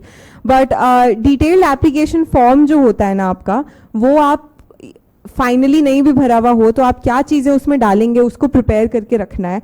एंड उस डिटेल्ड एप्लीकेशन फॉर्म में जो एक एक वर्ड लिखा हुआ है, starting from your name to your school, to your parents' profession, to what you have done in your college, all of those things, उसका ऊपर नीचे दाएं बाएं needs to be prepared. And just how I've kept emphasizing कि past year questions are very important. Here for interview transcripts are very important. तो Telegram पे जैसे जो चैनल्स हैं जिस पे लोग अपने ट्रांसक्रिप्ट्स डालते हैं, पिछले साल के भी हैं, पहले के भी हैं, सब कंपाइल्ड है. तो उस पर मैं क्या करती थी कि जो भी कीवर्ड्स होते थे आई यूज्ड टू सर्च. तो जैसे I was in IRS CNIT, तो उस पर मैं IRS सर्च करके जितने भी क्वेश्चंस आए मैंने वो सारे क्वेश्चंस को एक जगह कंपाइल कर लिए, सबके आंसर्स लिख लिए, बिल्कुल ग्रैन्युलर लेवल पे आई प्रिपेयर्ड. मेरे कीवर्ड में ग्लोबल हेल्थ लिखा हुआ था because I got a scholarship to do summer school global health पे when I was in college. तो मैंने उसके अराउंड जो भी क्वेश्चंस हैं, जो इंपॉर्टेंट बुक्स हैं, मैंने वो सबको पढ़ा अच्छे से. I needed to sound like an expert in that subject, like I know the topic in and out. Similarly जो आपका ऑप्शनल होगा उस पर again you need to search those keywords कि PSI और ऑप्शनल का कोई बंदा है, प्लेटो या फिर प्लेटो का कीवर्ड सर्च किया कि प्लेटो रिलेटेड क्या क्वेश्चंस पूछे जा रहे हैं. So you have an idea कि अच्छा इस टाइप के क्वेश्चंस पूछ रहे हैं, मैं इस टाइप का प्रेपरेशन करके जाऊंगा तो I will at least know what I have to talk. ठीक है, तो these are the things that are in your control. Then there will be things that are not in your control, so things that you will not know. So if you can tackle it, well and good. If you cannot, then you politely say that नहीं आता है sir, I am sorry, and they appreciate it. मतलब this year around मेरा interview में 198 है, but I tell you one question that they asked and I didn't know. Bihar is my home state and they asked कि who is the governor of Bihar. मुझे नहीं याद आया नाम, तो मैंने कहा कि sorry sir I can not recollect, and it made no difference to my marks because I was honest, sincere and I was my self through out. तो एक वो फैक्चुअल चीज़ आपको नहीं याद आए तो कोई दिक्कत नहीं है. सिमिलरली मैंने पोएट्री की हॉबी लिखी हुई थी और मैंने हरिवंश राय बच्चन और सर्वेश्वर दयाल सक्सेना की कविताएं पढ़ना मुझे अच्छा लगता है, मैंने ये लिखा हुआ था.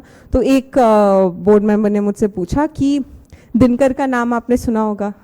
जी सर बिल्कुल. अब दिनकर की रश्मि रथी तो मतलब घर पे ऐसे पड़ी रहती है, वो तो हमेशा पता है कि रश्मि रथी उनकी लिखी हुई है. बट सर ने पूछा कि उनकी बुक का नाम बताओ and he was expecting that name.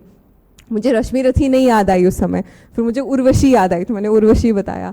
तो ऐसे गया. But when my interview started, तो जिस दिन मेरा इंटरव्यू था ना उस दिन वर्ल्ड मलेरिया डे था. एंड क्योंकि ग्लोबल हेल्थ मेरे ड्राफ्ट में लिखा हुआ था और जिस दिन इंटरव्यू था उस दिन उस डेट का क्या रेलेवेंस है वो भी प्रिपेयर करके जाना होता है, तो मैंने वर्ल्ड मलेरिया डे को थोड़ा सा प्रिपेयर करके रखा हुआ था. इंडिया में मलेरिया की सिचुएशन क्या है, मलेरिया इरेडिकेशन की सिचुएशन क्या है, and coincidentally that's where the interview started and I knew those things. तो वो एक पॉजिटिव नोट पे जो शुरू हुआ फिर वो पॉजिटिव ही गया ओवरऑल. तो दैट इज यू नो वो प्रेपरेशन शोज, क्योंकि objectively speaking I can have whatever discontentment की पिछले बार मुझे मार्क्स कम दिए, बट मैं जो 20 मिनट में जिन सवालों के जवाब जैसे दे पा रही हूँ वही मेरा परिचय है उनके पास, है ना. जैसे आपका मेंस का वो paper is your introduction, this is what they have. So if I'm not able to answer well questions that I expected out of me, then that shows that maybe I'm not prepared, maybe I'm not interested, maybe I've not put in the effort, and that will say something about my personality. So we want to say the best things about our personality because we've worked really hard to come to this stage.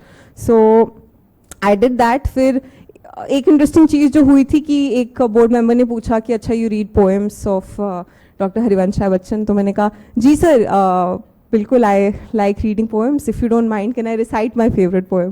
तो मैं वो याद करके गई थी कि कोई मौका मिले तो मैं वो पोएम सुना दूँ. तो फिर मैंने वो पोएम सुनाई. सो that was like a positive moment. तो यही छोटी मोटी चीज़ें. एंड हेड स्पेस का सबसे बड़ा रोल था. पिछले time I had nothing in my hand. I was मतलब I was just struggling with this examination and I was in the lower stage of my life. तो I think it was very obvious कि अगर मैं किसी के सामने जाके उस फेज में, उस हेड स्पेस में जाके बैठूंगी तो वो इंसान को क्या ही समझ में आएगा मेरे बारे में. तो that was also a major change and that reflected in both my preparation and in what message that went. Motivation for this examination, ये थोड़ा ऐसे फैल गया है, बट दिस इज़ लबासना का जो अकेडमी सॉन्ग है, रहो धर्म में धीर, रहो कर्म में वीर, रखो उन्नत शी डरो ना. जब मैं कॉलेज से ग्रेजुएट हुई थी तो मेरी एक जूनियर ने मुझे ये प्रिंट करा के दे रखा था. वो मेरे दीवार पे रूम में अभी भी लगा हुआ है. तो that is also, it sums up what you need to do in this process. You have to be patient. If I would have become impatient in the face of the failures that I was seeing, I would not have been here. And if I would not have been courageous, for example, last attempt prelims बिना prep के चले जाना, जाके दे देना, अच्छे से qualify कर जाना, it did take a lot of courage to take that leap of faith. So you need to take such decisions, you need to take such leaps of faith, and you need to be extremely patient. Motivation, in my perspective, is an overrated idea. आप motivation एक दिन का हो सकता है, थोड़ी देर का हो सकता है, but motivation cannot make you qualify this examination. So you need to be very clear about your why of क्यों कर रहे हो आप ये, क्यों यहाँ पे आज बैठ के मेरी बातें सुन रहे हो. मैं इतनी देर से बकबक कर रही हूँ बट आप सुन रहे हो patiently, right. So what is the why of this, what is driving you to be here. मतलब हमारी अकेडमी में भी ट्रेनिंग हो रही होती है तो हमारा अटेंशन स्पैन इतना कम होता है, हम लोग सब इधर उधर वॉन्डर कर रहे होते हैं. But why you are sitting here and why you are toiling day and night, the life you're living, I know how difficult it is. And luckily I was living with my family Delhi में, but I know how much more difficult it is to live here in this ORN वाला पूरा hub. तो अगर आप ये कर रहे हो तो इसलिए मत करना कि फैमिली में किसी ने बोला है या किसी चाचा मामा ने बोला है. ठीक है, do it for yourself, and if you're doing it for yourself, then whatever comes in the face, whatever comes in the journey, you will tackle it well. Ecosystem approach is what something that I emphasize, because motivation for me is something overrated. Ecosystem mein I'll just say a few things about that कि make this difficult process easy for you. आपने जो आप रोज कर रहे हो ना उसको easy कैसे करना है. Manage your energy levels. If you're a morning person, do difficult things in the morning. If you're a night person, do the difficult things at night. Accordingly manage your time. Distractions कम रखने हैं, socialisation थोड़ा कम करना होगा, positive लोगों के साथ रहिए. जो लोग आपका टाइम खाते हैं, वो चाय की टपरी पे फिजूल की बातें करते हैं, उनसे थोड़ा दूर रहिए. You have very limited time and you have to make the best use of it. So strategise accordingly और build an environment around you which is focused, which is less on distractions, which is positive for you. Sometimes it can also mean not having friends. Most of my prep I was isolated, I was at my home. And लोग पूछते हैं कि आपके mentor कौन रहे हैं. One of the main mentors I had was toppers used to come on platforms like this and talk. Because उनकी journey से, उनकी स्टोरी से, उनसे कुछ सीख पढ़ के, मतलब I remember I was in college then and मैं कुछ करती थी प्रेप रिलेटेड, एंड तब टीना मैम ने टॉप किया था, अथर सर ने टॉप किया था. वो जो बातें उस समय करते थे, I it's still relevant for me because I learn so much from them. तो वही बात है कि you need to build an ecosystem around you which will help you navigate this examination preparation very well. And that is very personal. For me it also meant not using phone. मैंने कोई नया phone वो नहीं लिया था. Phone जो था वो भी मैं किचन में जाके रख देती थी एंड वो पूरे दिन वहीं पे रहता था. शाम को फिर I used to just go and take it back. So that's how I used to cut distractions. And I would just want to say कि एक अभी recently we were in Bombay and एक और इंटरव्यू में I was just sharing the story, तो I would want to end with the story इसकी. We were at Haji Ali and we were seeing the sunset, ठीक है, and I think it was last month. तो मैं यही सोची थी, पिछले साल उस टाइम तक रिजल्ट नहीं आया था एंड मेरे पास कुछ नहीं था हाथ में. I was just somebody who was struggling in this examination. I had nothing and this year around I was in training, I had a job, I was doing good, I was happy. तो but जब आपके पास हाथ में कुछ नहीं होता है ना, तब भी आपके पास होप होती है कि कल तो कुछ बेटर होगा. And I think that hope is what keeps you driving and it keeps you going day after day. And I would just say that UPSC is not the end of your life and it is also not the start of your life. Till the time you've decided कि आपको preparation करनी है, आपको यहाँ रहनी है, give your 100%, but also keep a plan B ready in case this doesn't work out. जब तक यहाँ है तो 100% दीजिए, keep your hopes high, make sure you're not leaving any stone unturned. Regret इस चीज़ का नहीं रहना चाहिए कि मेहनत नहीं की जब तक मन था मेहनत करने की. And बाकी I would just want to wish all the best to all of you. And I think I've kept Rajat sir waiting a lot. So he'll just continue with the talk after this. So thank you a lot for being a part of this session.